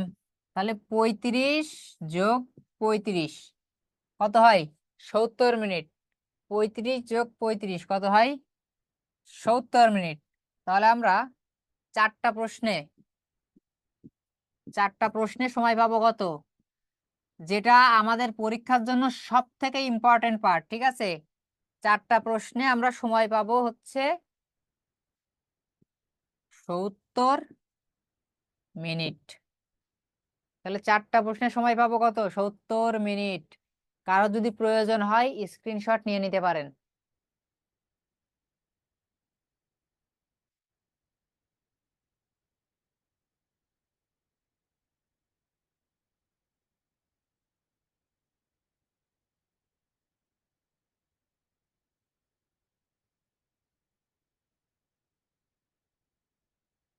আচ্ছা, মনে হয় এটা আপনাদের দেখা হয়ে গেছে।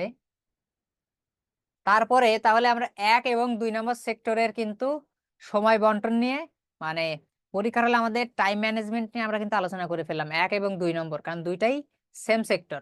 দুইটা দুইটা করে চারটা প্রশ্ন লেখা লাগবে, সেম মার্ক। সেই কারণে ওই যে 17.5 করে 4টা মিনিট ধরলে হয় কত? 35 35 70। 70 মিনিট আমাদের কিন্তু চলে গেছে হাত থেকে। 180 মিনিট থেকে 70 মিনিট নেই। তারপরে আমাদের 3 নম্বর সেক্টরে কি থাকবে?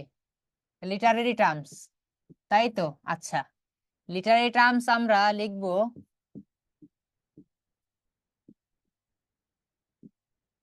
প্রতিটার পিছনে আমরা টাইম দিব হচ্ছে 7.5 মিনিট করে। প্রতিটার জন্য টাইম দিব 7.5 মিনিট। তাহলে আমাদের লিখতে হবে কয়টা? 4টা। তাহলে কত হয়? 7.5 করে হলে 4টা লিখতে সময় লাগবে আমাদের 30 মিনিট। কত লাগবে? 30 মিনিট, তাই তো? তাহলে আমাদের টোটাল মার্ক দাঁড়ালো কত? টোটাল টোটাল দাঁড়ালো হচ্ছে 70। দুঃখিত। পরে হচ্ছে আবার 30, টোটাল হচ্ছে 100 মিনিট। 100 মিনিট টাইম কিন্তু আমাদের শেষ। টোটাল কত? 100 মিনিট টাইম আমাদের শেষ। তারপরে হচ্ছে 4 নম্বর, তাই তো? 4 নম্বরে থাকে কি? Figure of speech. Figure of speech এইটা আমরা প্রতিটা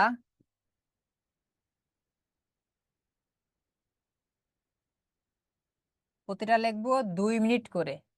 তাহলে যদি 2 মিনিট করে লিখি, 5টা লিখতে আমাদের সময় লাগবে কত? 10 মিনিট। 5টা লিখতে সময় লাগবে 10 মিনিট। তাহলে আমাদের টোটাল দাঁড়ালো হচ্ছে 110 মিনিট। তাহলে 110 মিনিটে আমরা কয়টা সেক্টর শেষ করেছি? 4টা সেক্টর কিন্তু আমাদের শেষ। তাহলে আমাদের লিটারেচারের যে 70 মার্ক, 70 মার্কে কিন্তু আমরা 110 মিনিট পার করে দিয়েছি, অর্থাৎ অলমোস্ট 2 ঘন্টা। 2 ঘন্টা করতে কি আমাদের আর কয় মিনিট বাকি আছে? 10 মিনিট বাকি আছে। ভাই, সব থেকে ইম্পর্টেন্ট চুম্বক অংশ কিন্তু এই আলোচনাটা। সব থেকে আজকের ক্লাসের চুম্বক অংশ এই আলোচনাটা। কারণ আপনারা পরীক্ষার হলে মার খাবেন এই টাইম নিয়ে। কি কোথাও আটকাবেন না যে প্রশ্ন ভুলে গেছি, লিখতে পাচ্ছি না, কমন পাইনি, এরকম হবে না ভাই। যদি আপনারা কমন না পান, পরীক্ষায় অন্য কোনো স্টুডেন্ট কমন পাবে না। যদি মনে হয় যে আপনি লিখতে পাচ্ছেন না, আপনার কলম চলছে না, আপনি কমন পাননি, তাহলে দেখবেন যে পরীক্ষার হলে সবাই কাঁদছে। এতটুকু বলতে পারি ইনশাল্লাহ। যদি আপনি কমন না পান বা আপনারা কমন না পান, পরীক্ষার হলে কেউ কমন পাবেন না। ঠিক আছে? যদি মনে করেন যে আপনি বসে কাঁদছেন, সবাই দেখবেন যে চিৎপটাং হয়ে শুয়ে আছে পরীক্ষায়। পরীক্ষার হলে কমন পাবেন না, বিষয়টা এরকম হবে না। সেভাবেই আপনাদেরকে প্রিপেয়ার করে দিব ইনশাল্লাহ। কিন্তু যেখানে যেই জায়গাটা আমি কেন কেউ প্রিপেয়ার করতে পারবে না আপনারা প্রিপেয়ার না হলে, সেটা হচ্ছে এই যে সময়ের এই জায়গাটা। আজকে সময় নিয়ে আলোচনা করে দিচ্ছি, এইগুলো লিখে রাখেন। লিখে রেখে এই টাইম অনুযায়ী যখন যে জিনিসের প্র্যাকটিস করবেন, দেখা যাচ্ছে কোনো প্রশ্ন মুখস্থ করে লিখতেছেন, স্টপ ওয়াচ ধরে, স্মার্টফোনে সবার স্টপ ওয়াচ থাকে, স্টপ ওয়াচ ধরে এই মিনিটটা নিয়ে আপনি লেখা শুরু করবেন। তো দেখা যাচ্ছে ফিগার অফ স্পিচ আইডেন্টিফিকেশন লিখতেছেন, 5টা ফিগার অফ স্পিচ ধরবেন, 10 মিনিট টাইম নেবেন, লিখবেন। তারপরে দেখা যাচ্ছে যে আপনি লিটারি টার্মস লিখছেন, 4টা লিটারি টার্মস লিখবেন, 30 মিনিট স্টপ ওয়াচে ধরবেন, 30 মিনিটের ভিতর লেখারে চেষ্টা করবেন, ঠিক আছে? এই জায়গাটাই হচ্ছে আপনাদের জন্য সব থেকে কিন্তু ইম্পর্টেন্ট। তাহলে আমি এই পর্যন্ত কয়টা আলোচনা করলাম? 4টা। 4টা সেক্টরে আপনি 110 মিনিট ব্যয় করবেন, প্রথম 4টা সেক্টরে। এখন বিষয় হচ্ছে, অনেকে বলতে পারেন যে স্যার আপনি তো সিরিয়ালি বলছেন, কিন্তু পরীক্ষায় তো আমার সিরিয়ালি কমন নাও থাকতে পারে। দেখা যাচ্ছে যে কি বলে, আমি গ্রামারটা আগে লিখবো, বা দেখা যাচ্ছে যে আমি রাইটিং সেকশনটা আগে লিখবো। তো লিখেন, কোনো সমস্যা নেই, কিন্তু আমি তো টাইম তো সবগুলারই বলে দিব। ওই টাইমটার ভিতরে মেনটেন করলে আপনার হয়ে গেল যে এসের, সরি, আপনি গ্রামারের পিছনে কতটুকু সময় দিবেন সেই টাইমটাও তো আমি বলে দিব। তাহলে আপনি গ্রামার প্রথমেই লেখেন না কেন, গ্রামারে ওই টাইমের ভিতরে শেষ করলেই আপনার নিশ্চয়ই হয়ে যাবে।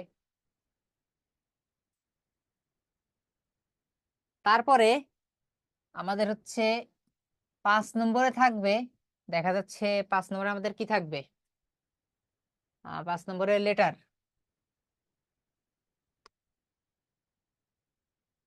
5 নম্বরে আমাদের লেটার থাকবে, তাই তো? তো এই যে সেকশন, আমরা পরবর্তী যে সেকশন আলোচনা করব, এই সেকশনগুলো একটু সময় বেশি লাগবে। মানে এটা সম্পূর্ণ কিন্তু আমি আমার পারসেপশন থেকে আপনাদের ধারণা দিচ্ছি। আপনাদের অনেকের সাথে এই বিষয়টা নাও খাটতে পারে, কিন্তু অধিকাংশের সাথে এই বিষয়টা খাটবে। কারণ একটা লেটার আপনি কি 1 পৃষ্ঠার মধ্যে কিন্তু লিখতে পারবেন না, লেটার লিখতে হলে আপনাকে 2 পৃষ্ঠাই লেখা লাগবে। কারণ এরকম অ্যাপ্লিকেশন আপনাকে দিবে না যে আপনার কি বলে 1 পৃষ্ঠায় হয়ে যাবে। যে হচ্ছে স্কুলের প্রধান শিক্ষকের কাছে লেখো, যে হচ্ছে কি বলে ট্রান্সফার সার্টিফিকেট সম্পর্কে, এই জাতীয় সেই ছোট কালের অ্যাপ্লিকেশন আর দিবে না, ঠিক আছে? এখন যা দিবে সব বড় বড় কিছুই দিবে, যে আপনাকে 2 পৃষ্ঠা লিখতে হবে, ঠিক আছে? আপনার এই যে কমপ্লেন লেটার বলেন, 2 পৃষ্ঠা ধরেই লিখতে হবে। তো আপনি 1 পৃষ্ঠায় কিন্তু কোনোভাবে আটাইতে পারবেন না। যেমন এই যে সিভি, সিভি 1 পৃষ্ঠায়, সিভি এবং রিজিউমি কিভাবে 1 পৃষ্ঠায় আটাবেন? তো 1 পৃষ্ঠাতে আটাতে পারবেন না। তো এই যে লেটারের যে সেকশনটা আছে, এখানে টাইম একটু বেশি লাগবে।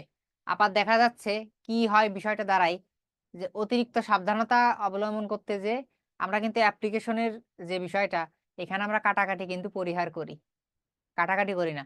দেখা যাচ্ছে অর্ধেক লিখেছি, লেখার পরে ভিতরে কোনো ওয়ার্ড কাটা হয়ে গেল, তখন কিন্তু আমার ওই অ্যাপ্লিকেশনটা বাতিল, আমাকে আবার নতুন করে লিখতে হবে। তো এইটাও কিন্তু আপনারা একটু খেয়াল রাখবেন, ঠিক আছে? তাহলে এই যে আপনার লেটার লিখতে হবে, ঠিক আছে, লিখতে তো হবে একটা। সো আপনার এখানে আপনি টাইম ব্যয় করবেন হচ্ছে 20 মিনিট, তাই তো? টাইম ব্যয় করবেন হচ্ছে 20 মিনিট। তাহলে আগে টোটালি টাইম ছিল কত? আগে টোটাল টাইম ছিল হচ্ছে 110 মিনিট, তাই তো? টোটাল ছিল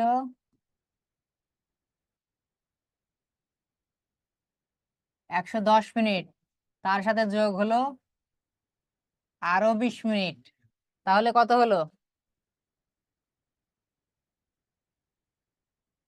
130 মিনিট। 2 ঘন্টা কিন্তু ক্রস করে ফেলেছেন। আর 2 ঘন্টা ক্রস করার পরে, 1 ঘন্টা ক্রস করার পরে হাতে কি বিদ্যুৎ গতি চলে আসে, তাই তো? তারপরে এবার 6 নম্বর সেক্টর, সামারি। সামারি লিখতেও কি অনেক সময় লাগবে। কেন লাগবে? প্রথম কথা, আমরা সামারি লিখে অভ্যস্ত না, সামারি লিখে আমরা মোটেও অভ্যস্ত না। সো এখন থেকেই প্র্যাকটিস শুরু করে দিতে হবে সামারি লেখার, ঠিক আছে? স্যার কবে করাবে সেই আশায় বসে না থাকে, এখন থেকেই কিছু কিছু কাজ নিজেরা করে নিতে হবে। যেমন গ্রামার, গ্রামার স্যারের আশায় থাকা যাবে না। গ্রামার কি সারা জীবন স্যারের আশায় থাকছি? গ্রামার যাই পারি, ভুল পারি, সঠিক পারি, নিজেরাই করা শুরু করতে হবে। স্যার তো করাবে, অবশ্যই করাবে, আপনাদের 100 মার্কের প্রস্তুতিই তো এখান থেকে দেয়া হবে। কিন্তু কি, গ্রামার পার্টটা কি করতে হবে আপনাদের? গ্রামার পার্ট, তারপরে হচ্ছে রাইটিং স্কিল, এগুলো নিজে নিজে একটু ট্রাই করতে হবে। একটু ফরম্যাট দেখে রাখলাম, ঠিক আছে? তো সামারি অংশে যে ঝামেলাটা হবে, একটা বড় একটা প্যাসেজ আপনাকে দিবে, মোটামুটি দেখা যাচ্ছে যে আহ, কি বলে 15-20 লাইনের একটা প্যাসেজ আপনাকে দিবে। তো এই প্যাসেজটাতে আপনাকে পড়তে হবে। আপনি তো ফাঁকিবাজি করে সামারি লিখতে পারবেন না। অনেকে কি করে, মানে সামারির প্রথম লাইন এবং শেষ লাইন এবং মাঝেতে একটা লাইন লিখে চলে আসে। তো আহ, এতে খুব বেশি লাভ নেই, চুরাই বুদ্ধি করে খুব বেশি লাভ নেই। কারণ খাতা এমন না যে আপনার খাতাটা কোনো অশিক্ষিত লোকের কাছে যাবে, ঠিক আছে? দেখা যাচ্ছে অনেকেরটা ধরা পড়েনি, আপনারটা ঠিকই ধরা পড়লো, তা আপনি তো ওই চান্স তো নিতে পারেন না। তো সামারি আপনাকে ওই যে পড়ে দেখতে হবে, ওই প্যাসেজটা পড়ে আপনাকে আন্ডারলাইন করতে হবে, সিলেক্ট করতে হবে যে আপনি কোন লাইনটা নিবেন, কোন লাইনটা বাদ দিবেন। আর হুবহু তো লেখা যাবে না, যে সেন্টেন্সটা আছে ওই সেন্টেন্সটা তো আপনি হুবহু লিখতে পারবেন না। সো আপনাকে তো সিলেক্ট করতে হবে যে আপনি কিভাবে আগাবেন। এই জন্য যে বিষয়টা বলছি সেটা হচ্ছে সামারিতে একটু টাইম লাগবে, এবং এটাতেও আপনি সামারিরও কিন্তু কোনো বিকল্প থাকবে না, সামারি একটা থাকবে, একটাই লিখতে হবে। 20 মিনিট, তাহলে টোটাল কত হলো? 130 + 20, তাহলে 150 মিনিট। টোটাল হলো 150 মিনিট। কেউ যদি স্ক্রিনশট নিতে চান নিতে পারেন।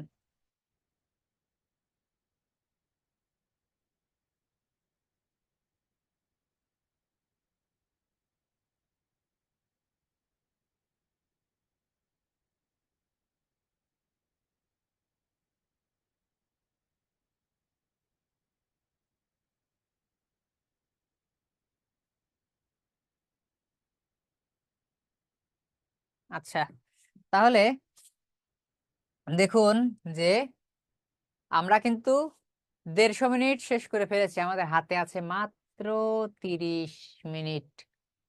হাতে কি আছে? মাত্র 30 মিনিট। আর আইটেম আছে কয়টা? একটা। আইটেম আছে হচ্ছে একটা, সেটা হচ্ছে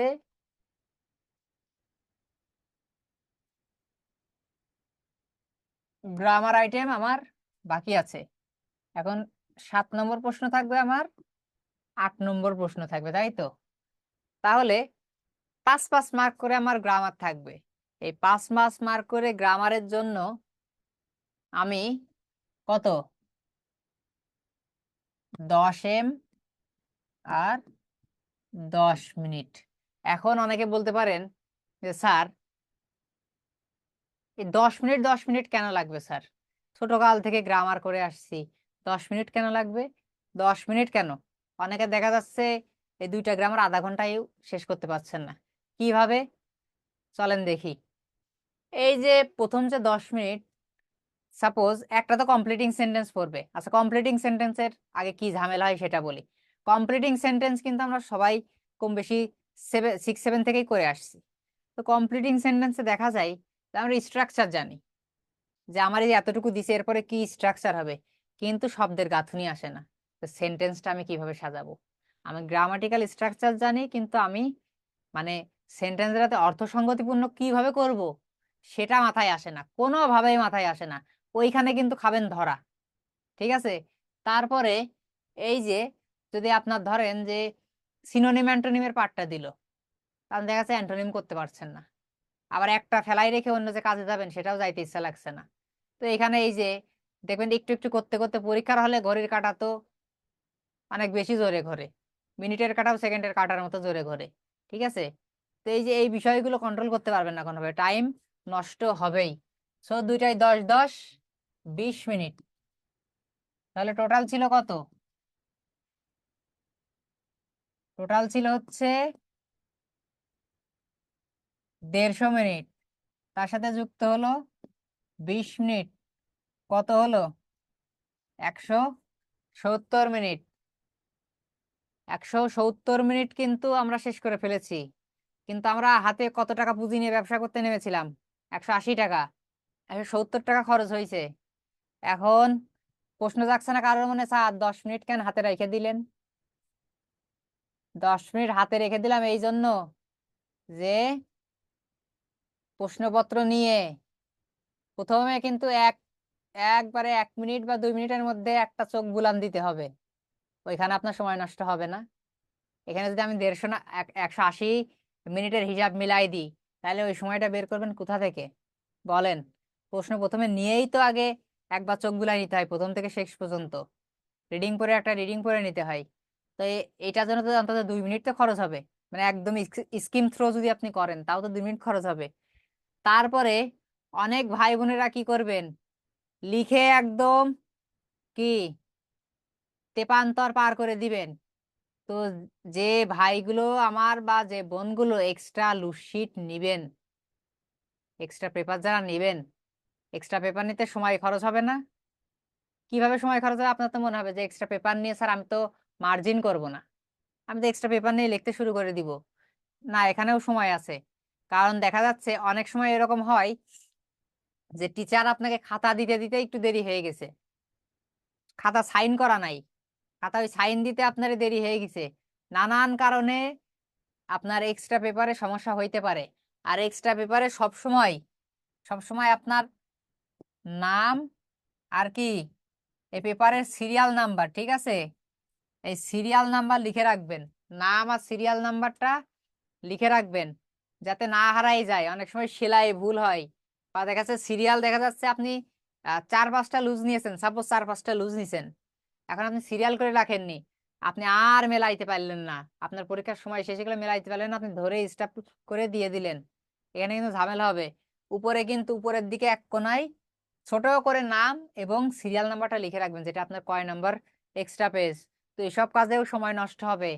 আবার কোনো ভাই বোন আছে, ভাইয়েরা বেশি করে যে খুব ঘন ঘন পরীক্ষা, মানে পরীক্ষার হলে তো যায়নি, ফ্যাশন করতে গেছে, যাই হচ্ছে বাথরুমে দৌড় দেয়, ঠিক আছে। আমি বুঝি না যে 3 ঘন্টা পরীক্ষার ভিতরে কেন বাথরুমে যাওয়া লাগে, বাথরুমে তো আগে গেলেই তো হয়, ওয়াশরুমে চলে যাবে, টাইম নষ্ট হবে। যে কোনো কারণে 10 মিনিট কি আপনার এক্সট্রা হাতে রাখতেই হবে, না হলে কিন্তু কি সমস্যা হবে, ঠিক আছে।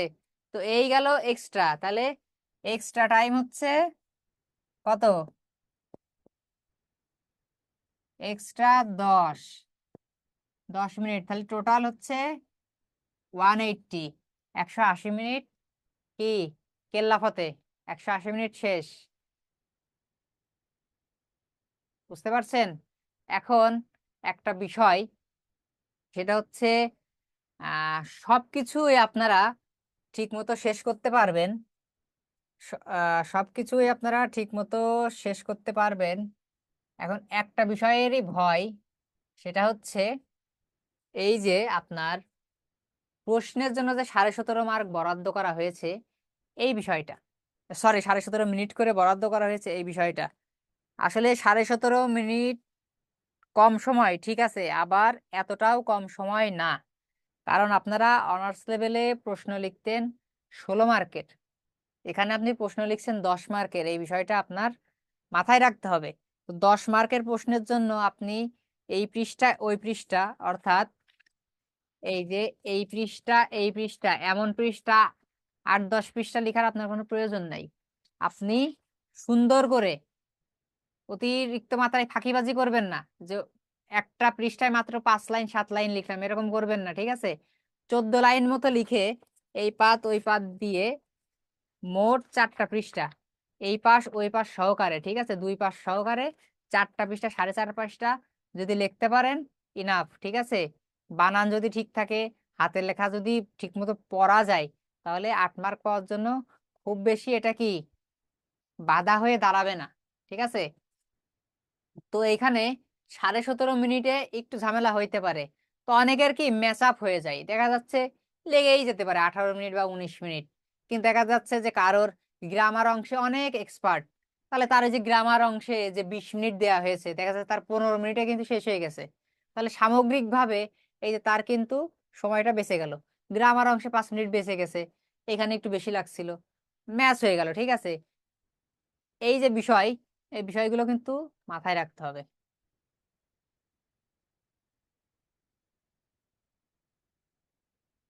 এখন বলেন, কারোর কোনো প্রশ্ন আছে নাকি?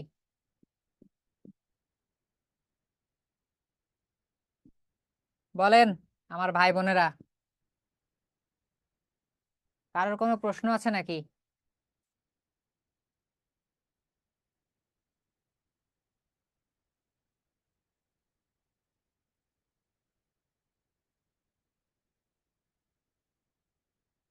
জি কাজল ভাই বলেন। স্যার, গ্রামার গ্রামার অংশ দিয়ে শুরু করা মানে ঠিক হবে না লিটারেচার দিয়ে শুরু হবে স্যার? শুরু করা ঠিক হবে স্যার আপনার মতে? আহ আপনার যদি মনে হয় যে আপনি গ্রামারটা সেটা তো প্রশ্ন দেখার উপরে নির্ভর করবে, যে প্রশ্ন পাওয়ার পরে যদি আপনি মনে করেন যে গ্রামারে আপনার খুব ভালো দক্ষতা আছে, মানে যে 10 মার্কের গ্রামার, সে 10 মার্কের গ্রামার উইদাউট এনি মিস্টেক আপনি লিখতে পারবেন, ঠিক আছে, তাহলে আপনি গ্রামার দিয়ে শুরু করতে পারেন, কোনো সমস্যা নেই, কোনো সমস্যা নেই। কিন্তু দেখা যাচ্ছে যে আপনার গ্রামারে ভুল ত্রুটি হয়ে গেল, তখন কিন্তু বিষয়টা এরকম হবে যে খাতা দেখবে, তার কিন্তু ধারণাটা এরকম হবে। কারণ এরকম হবে বলতে যে আপনি প্রথমেই ভুল করেছেন, তার কিন্তু আপনার দিকে পজিটিভ ধারণাটা আসবে না। কারণ a good face is the best letter of recommendation. আগে দর্শনধারী পরে গুণ বিচারী, ঠিক আছে। যদি আপনার খাতার ওই প্রথম প্রেজেন্টেশনেই যদি ঝামেলা থাকে, তাহলে কিন্তু মানে ঝামেলা হবে, আপনার নাম্বারটা ক্যারি দেখা যাচ্ছে একটু কম হইতে পারে, ঠিক আছে। কারণ আপনি যখন বাজারেই যান, সাপোজ চিন্তা করেন আপনি যখন বাজারে যান, আপনি কি কোনো দেখা যাচ্ছে পচা থেতলানো দেখে সবজির দিকে হাত বাড়ান? অবশ্যই বাড়ান না। আপনি দেখেন যে তরতাজা, একটু গ্রিনি, একটু ফ্রেশ, এরকম কোনো জিনিসের দিকেই কিন্তু আপনি হাত বাড়ান, ঠিক আছে। তো আপনার খাতার কিন্তু প্রেজেন্টেশনটাও ওইরকম হইতে হবে। তা আপনার যদি মনে হয় যে গ্রামার না, গ্রামারের অংশটা আমি খুব ভালো ডেলিভার দিতে পারবো, অবশ্যই গ্রামার কেন, আপনি দিয়েও শুরু করতে পারেন, রাইটিং স্কিল দিয়েও শুরু করতে পারেন, সামারি দিয়েও শুরু করতে পারেন। তবে প্রথমে এমন জিনিসই রাখবেন যে জিনিসে আপনারা কি মানে এক্সপার্ট, মাস্টার। বুঝতে পারছেন?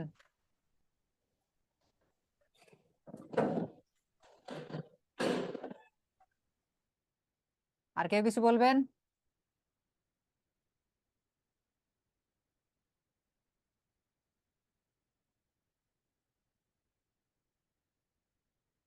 আচ্ছা, হীরা কি কিছু বলতে চান? হ্যাঁ স্যার। স্যার বলছে যে এক্সট্রা পেজ দেওয়ার কোনো লিমিটেশন আছে কিনা? না না না, এক্সট্রা কোনো লিমিটেশন নাই। কিন্তু বোন আমার, এই কাজ কখনোই করবেন না যে এক পেজে 7-8 লাইন লিখে পৃষ্ঠা নিব, এই কাজ কখনো করবেন না। টিচাররা আপনাকে হয়তো কিছু বলবে না, বাট এটা এই কাজ করবেন না কিন্তু, মানে এক্সামিনার হাতে কিন্তু আপনি ধরা খাবেন, ঠিক আছে। না স্যার, আসলে হচ্ছে এটা আমার ফার্স্ট টাইম, মানে প্রথম নিবন্ধন। সেহেতু আমি শুনেছি একজনের কাছ থেকে যে টিচাররা নাকি শেষ মুহূর্তে বলে যে এত পেজ নেওয়া যাবে না, না এরকম না, কিছু। আপনার হচ্ছে কি বলে আহ, যে আপনার এক্সট্রা পেপারের কিছু নিয়ম আছে, যে আপনার 10 মিনিট আগে বা 15 মিনিট আগে, হয়তো মানে একদম টাইম শেষে 10 মিনিট বা 15 মিনিট আগে আর লেকচার শিট প্রোভাইড করতে চান না অনেকে। এরকম না যে আপনার 7টা 8টা লাগলে দিবে না, তা না, কিন্তু অনেকে প্রোভাইড করতে চান না। আবার অনেকে দেখা যাচ্ছে একবারে 2টা নিয়ে আসেন, কিন্তু অনেক যাতে সময় বেঁচে যায় আর আমার জায়গা থেকে ওঠানো লাগে, তো অনেক টিচার অনেক সময় দিতে চায় না, ঠিক আছে। এটা তো টিচারের মাইন্ডের উপর নির্ভর করবে। তবে হচ্ছে চেষ্টা করবেন, আপনি তো আগেই জানবেন যে আপনার হচ্ছে লুজ শিট লাগছে কিনা, আপনার মেন খাতা শেষ হওয়ার দিকেই তো আপনি বুঝতে পারবেন যে আপনার লাগছে কিনা, হ্যাঁ স্যার। ঠিক না? কারণ আমরা তো টাইম দেখাই দিলাম যে আপনার 110 মিনিটের ভিতরে প্রথম 4টা জিনিস শেষ হয়ে যাওয়ার কথা, আর সব থেকে বেশি পৃষ্ঠা লাগবে তো প্রথম 4টা জিনিসেই। তো এই জিনিস শেষ হতে হতে তো আপনি বুঝতে যাবেন যে আপনার প্রয়োজন কিনা, আপনি নিয়ে রাখলেন তখন। তাছাড়া স্যার টাইমের এরকম কোনো বাইন্ডিংস নেই যে আপনাকে মানে 3-4টার ভিতরেই শেষ করতে হবে, ঠিক আছে। তবে অপচয় করবেন না, ঠিক আছে, অপচয় হ্যাঁ করবেন হ্যাঁ না, আপনার যতগুলো দরকার ততগুলো পাবেন। স্যার, টাইম ম্যানেজমেন্ট যেটা দেখালেন সেটা দেখে তো ভীষণ ভয় লাগছে যে আসলে এত অল্প সময়ের মধ্যে শেষ করতে পারবো কিনা। এখন আমি তো ভাবলাম আপনি আরো আমারে ধন্যবাদ দিবেন যে স্যার এটা খুব সুন্দর করে দেখাইছেন, এ তো আপনি আমারে আরো কি ভয়ের কথা, আপনার তো ভয় পাওয়াই দিলাম। স্যার আমি তো ফার্স্ট ভাবলাম টাইম তো আপনি বলবেন স্যার আপনারে অনেক ধন্যবাদ এত সুন্দর করে টাইম ম্যানেজমেন্ট দেখানোর জন্য। না স্যার, লেখার সাথে আপনি যে টার্গেট মার্ক দিয়েছেন সবকিছু মিলিয়ে আর কি আমার ভয় লাগছে, যেটা বললাম। ভয় আর লাগার যেহেতু কিছু নেই, মাউন্টেন ডিউ খান, ঠিক আছে। মাউন্টেন ডিউ এর মটো জানেন? ডর কি আগে জিত হে। বুঝতে পারছেন? চেষ্টা মাউন্টেন ডিউ খাবেন বেশি বেশি করে। ঠিক আছে স্যার, ধন্যবাদ স্যার। আচ্ছা ঠিক আছে। আর কেউ কিছু বলতে চান? ঠিক আছে, হাত তুলতে পারছেন না, কমেন্টে কমেন্টে হইলেও জানাইতে পারেন। কিছুক্ষণের মধ্যেই আমরা লাইভটা শেষ করব।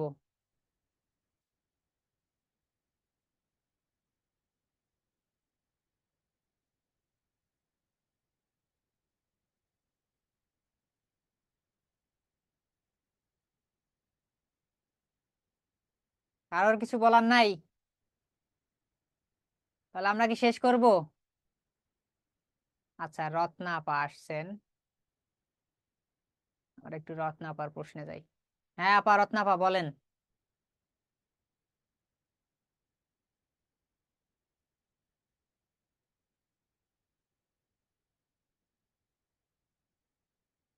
ব্যাপার, আনমিউট করতে বলছি, করে না কেন?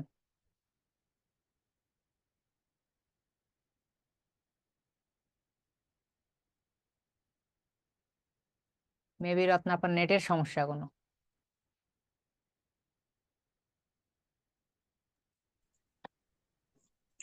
জি স্যার, আসসালামু আলাইকুম। ওয়ালাইকুম আসসালাম। জি স্যার, আমার এখানে একটু নেট প্রবলেম, তো এই কারণে আর কি। আচ্ছা, আমরাও বুঝতে পারছি। স্যার, ওই বইটা কি পরে আপনি দেখছিলেন, ব্যতিক্রম যে প্রকাশনীর? না না, আমার আর মানে দেখার আর কোনো সুযোগ হয়নি, আমি দেখিওনি। ও আচ্ছা, না গ্রামার সেকশনের জন্য একটা বই একটু আর কি নিজে নিজে ট্রাই করতাম, বা এই কারণে আর কি স্যার ও, জিজ্ঞেস করা। গ্রামারের জন্য তো মানে আপনি যে কোনো বই থেকেই, কমপ্লিটিং সেন্টেন্স তো যে কোনো বই থেকেই ট্রাই করতে পারবেন। আবার হচ্ছে কি বলে, ওই যে যে ওয়ার্ড চেঞ্জিং এর যে বিষয়টা, ওইটা আপনি এক কাজ করবেন, যে কোনো বইয়ের interchange of parts of speech এই অধ্যায়টা থেকে পড়বেন। ঠিক আছে, আগে ইন্টারচেঞ্জ শিখবেন, যে ইন্টারচেঞ্জটা কি হয়।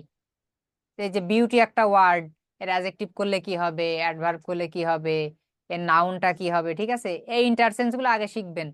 তারপরে প্রত্যেকটা সেন্টেন্স দিয়ে একটা করে, প্রত্যেকটা ওয়ার্ড দিয়ে একটা করে সেন্টেন্স লিখবেন। বিউটি দিয়ে একটা লিখবেন, বিউটিফুল দিয়ে একটা লিখবেন, বিউটিফাই দিয়ে একটা লিখবেন, ফুলি দিয়ে একটা লিখবেন। এই যে একটা ওয়ার্ড দিয়ে চারটা পাঁচটা পার্টস অফ স্পিচ, এবং তার সাথে ওইটা দিয়ে সেন্টেন্স, তাহলে কি হবে, ওর গোষ্ঠী একদম শেষ হয়ে যাবে কিন্তু। ঠিক আছে, এবং এটা একটা জি খাতায় লিখে রাখবেন, যাতে ওইগুলো পরীক্ষার আগে দেখে যাইতে পারেন, যে আমি বিউটি দিয়ে এই যে পাঁচটা লিখছিলাম, পাঁচটা সেন্টেন্স হচ্ছে পাঁচটা। ঠিক আছে, ওই রকম আর জি একটা স্যার। ওয়ার্ড ধরবেন, ওরকম আর একটা ওয়ার্ডের নাউন, প্রোনাউন, অ্যাডজেক্টিভ, অ্যাডভার্ব লিখবেন, এবং প্রত্যেকটা দিয়েই আলাদা আলাদা করে সেন্টেন্স তৈরি করবেন। দেখবেন এইভাবে করলে অল্প সময়ে অনেক আগাইতে জি স্যার, পারবেন। এর জন্য গ্রামারের জন্য এক্সট্রা কোনো বইয়ের দরকার নাই।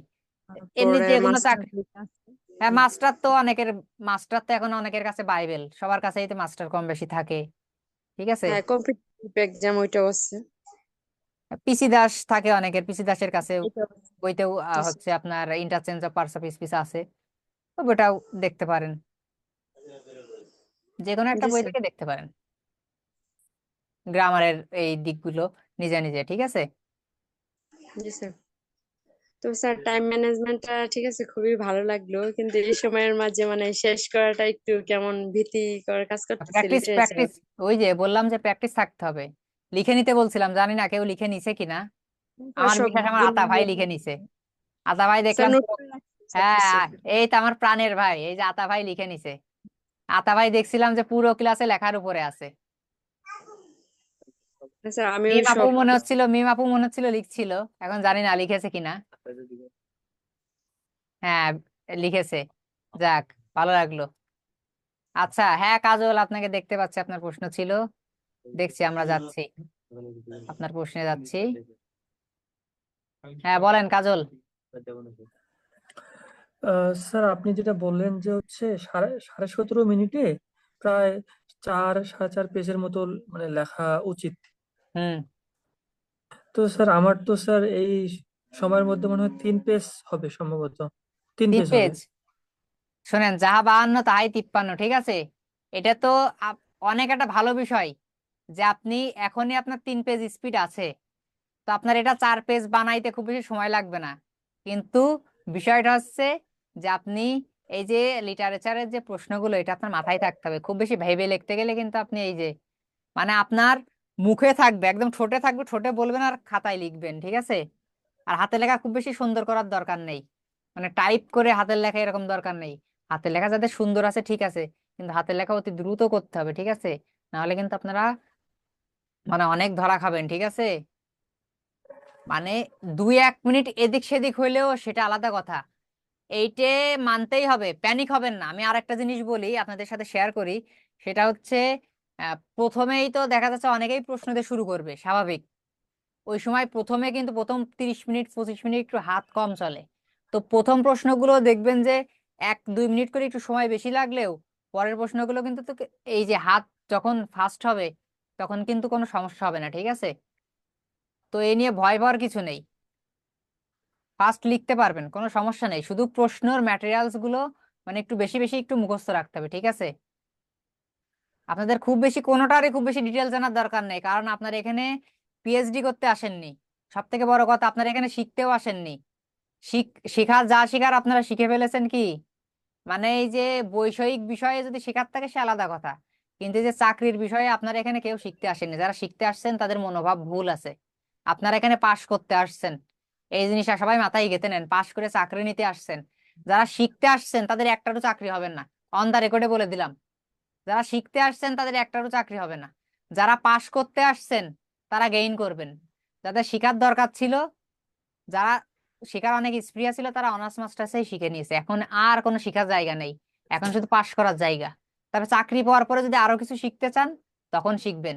কিন্তু কোচিং সেন্টারে যারা কি বলে শেখার জন্য আসছে তারা বোকার স্বর্গে বাস করছে, ঠিক আছে? এখানে পিএইচডি করানোর জায়গা না, এখানে শুধু পাশ করানো, শর্টকাট ওয়েতে কত ভালোভাবে পাশ করানো যায়, কিভাবে চাকরিটা এনশিওর করা যায়, এই জিনিসটা যাদের ভিতরে আছে তারাই গেইন করবেন, ঠিক আছে?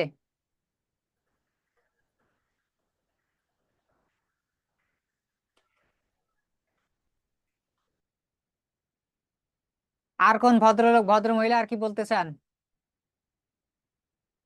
ও, আতা ভাই বলতে চান? দাদা ভাই তো একটা কমেন্টও তো করতে পারেন। স্যার, আমার দুটা বিষয় জানার ছিল। প্রথমত হচ্ছে যে প্রশ্নপত্র লেখার সময় আপনি যেটা বললেন যে আমার যদি ইচ্ছা হয় আমি গ্রামার আইটেম প্রথমে লিখতে পারবো অথবা সামারি অথবা যে কোনো টাইপ। তো আমার কথা হচ্ছে যে সাধারণত আমি এর আগে যেটা বড় ভাইদের কাছ থেকে শুনছিলাম বা আমি যেটা জানি যে প্রশ্নের প্যাটার্ন মানে 1 2 3 মানে সিকোয়েন্সটা ঠিক রাখা লাগবে।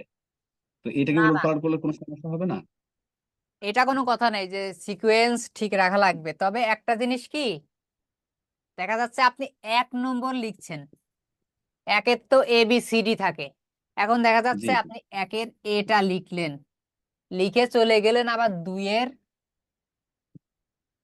D তে।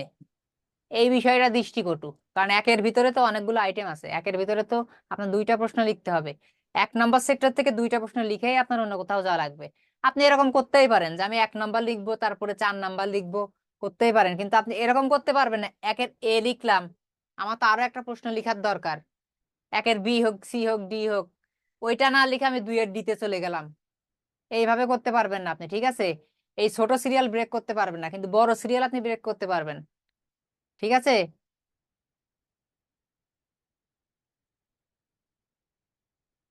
তার জন্য আপনার কাছে জানতে চাচ্ছি যে স্যার প্রিলিতে 40 পাইলেই তো পাস, তাই না স্যার? হ্যাঁ হ্যাঁ, 40 পাইলেই পাস। এটা হচ্ছে কোনো ছাড়ের কথা না বা আমার কথা না, এটা এনটিআরসি এর যে হচ্ছে তাদের যে বিধি, সেই বিধিতেই পরিষ্কার করে দেয়া আছে যে 40% নম্বরে প্রিলি পাস, রিটেন কিন্তু না। ভাই, ভুল জি স্যার। বুঝবেন না, প্রিলি জি পাস। জি। ওকে স্যার, এই দুটো বিষয় স্যার, থ্যাংক ইউ। আচ্ছা, ধন্যবাদ।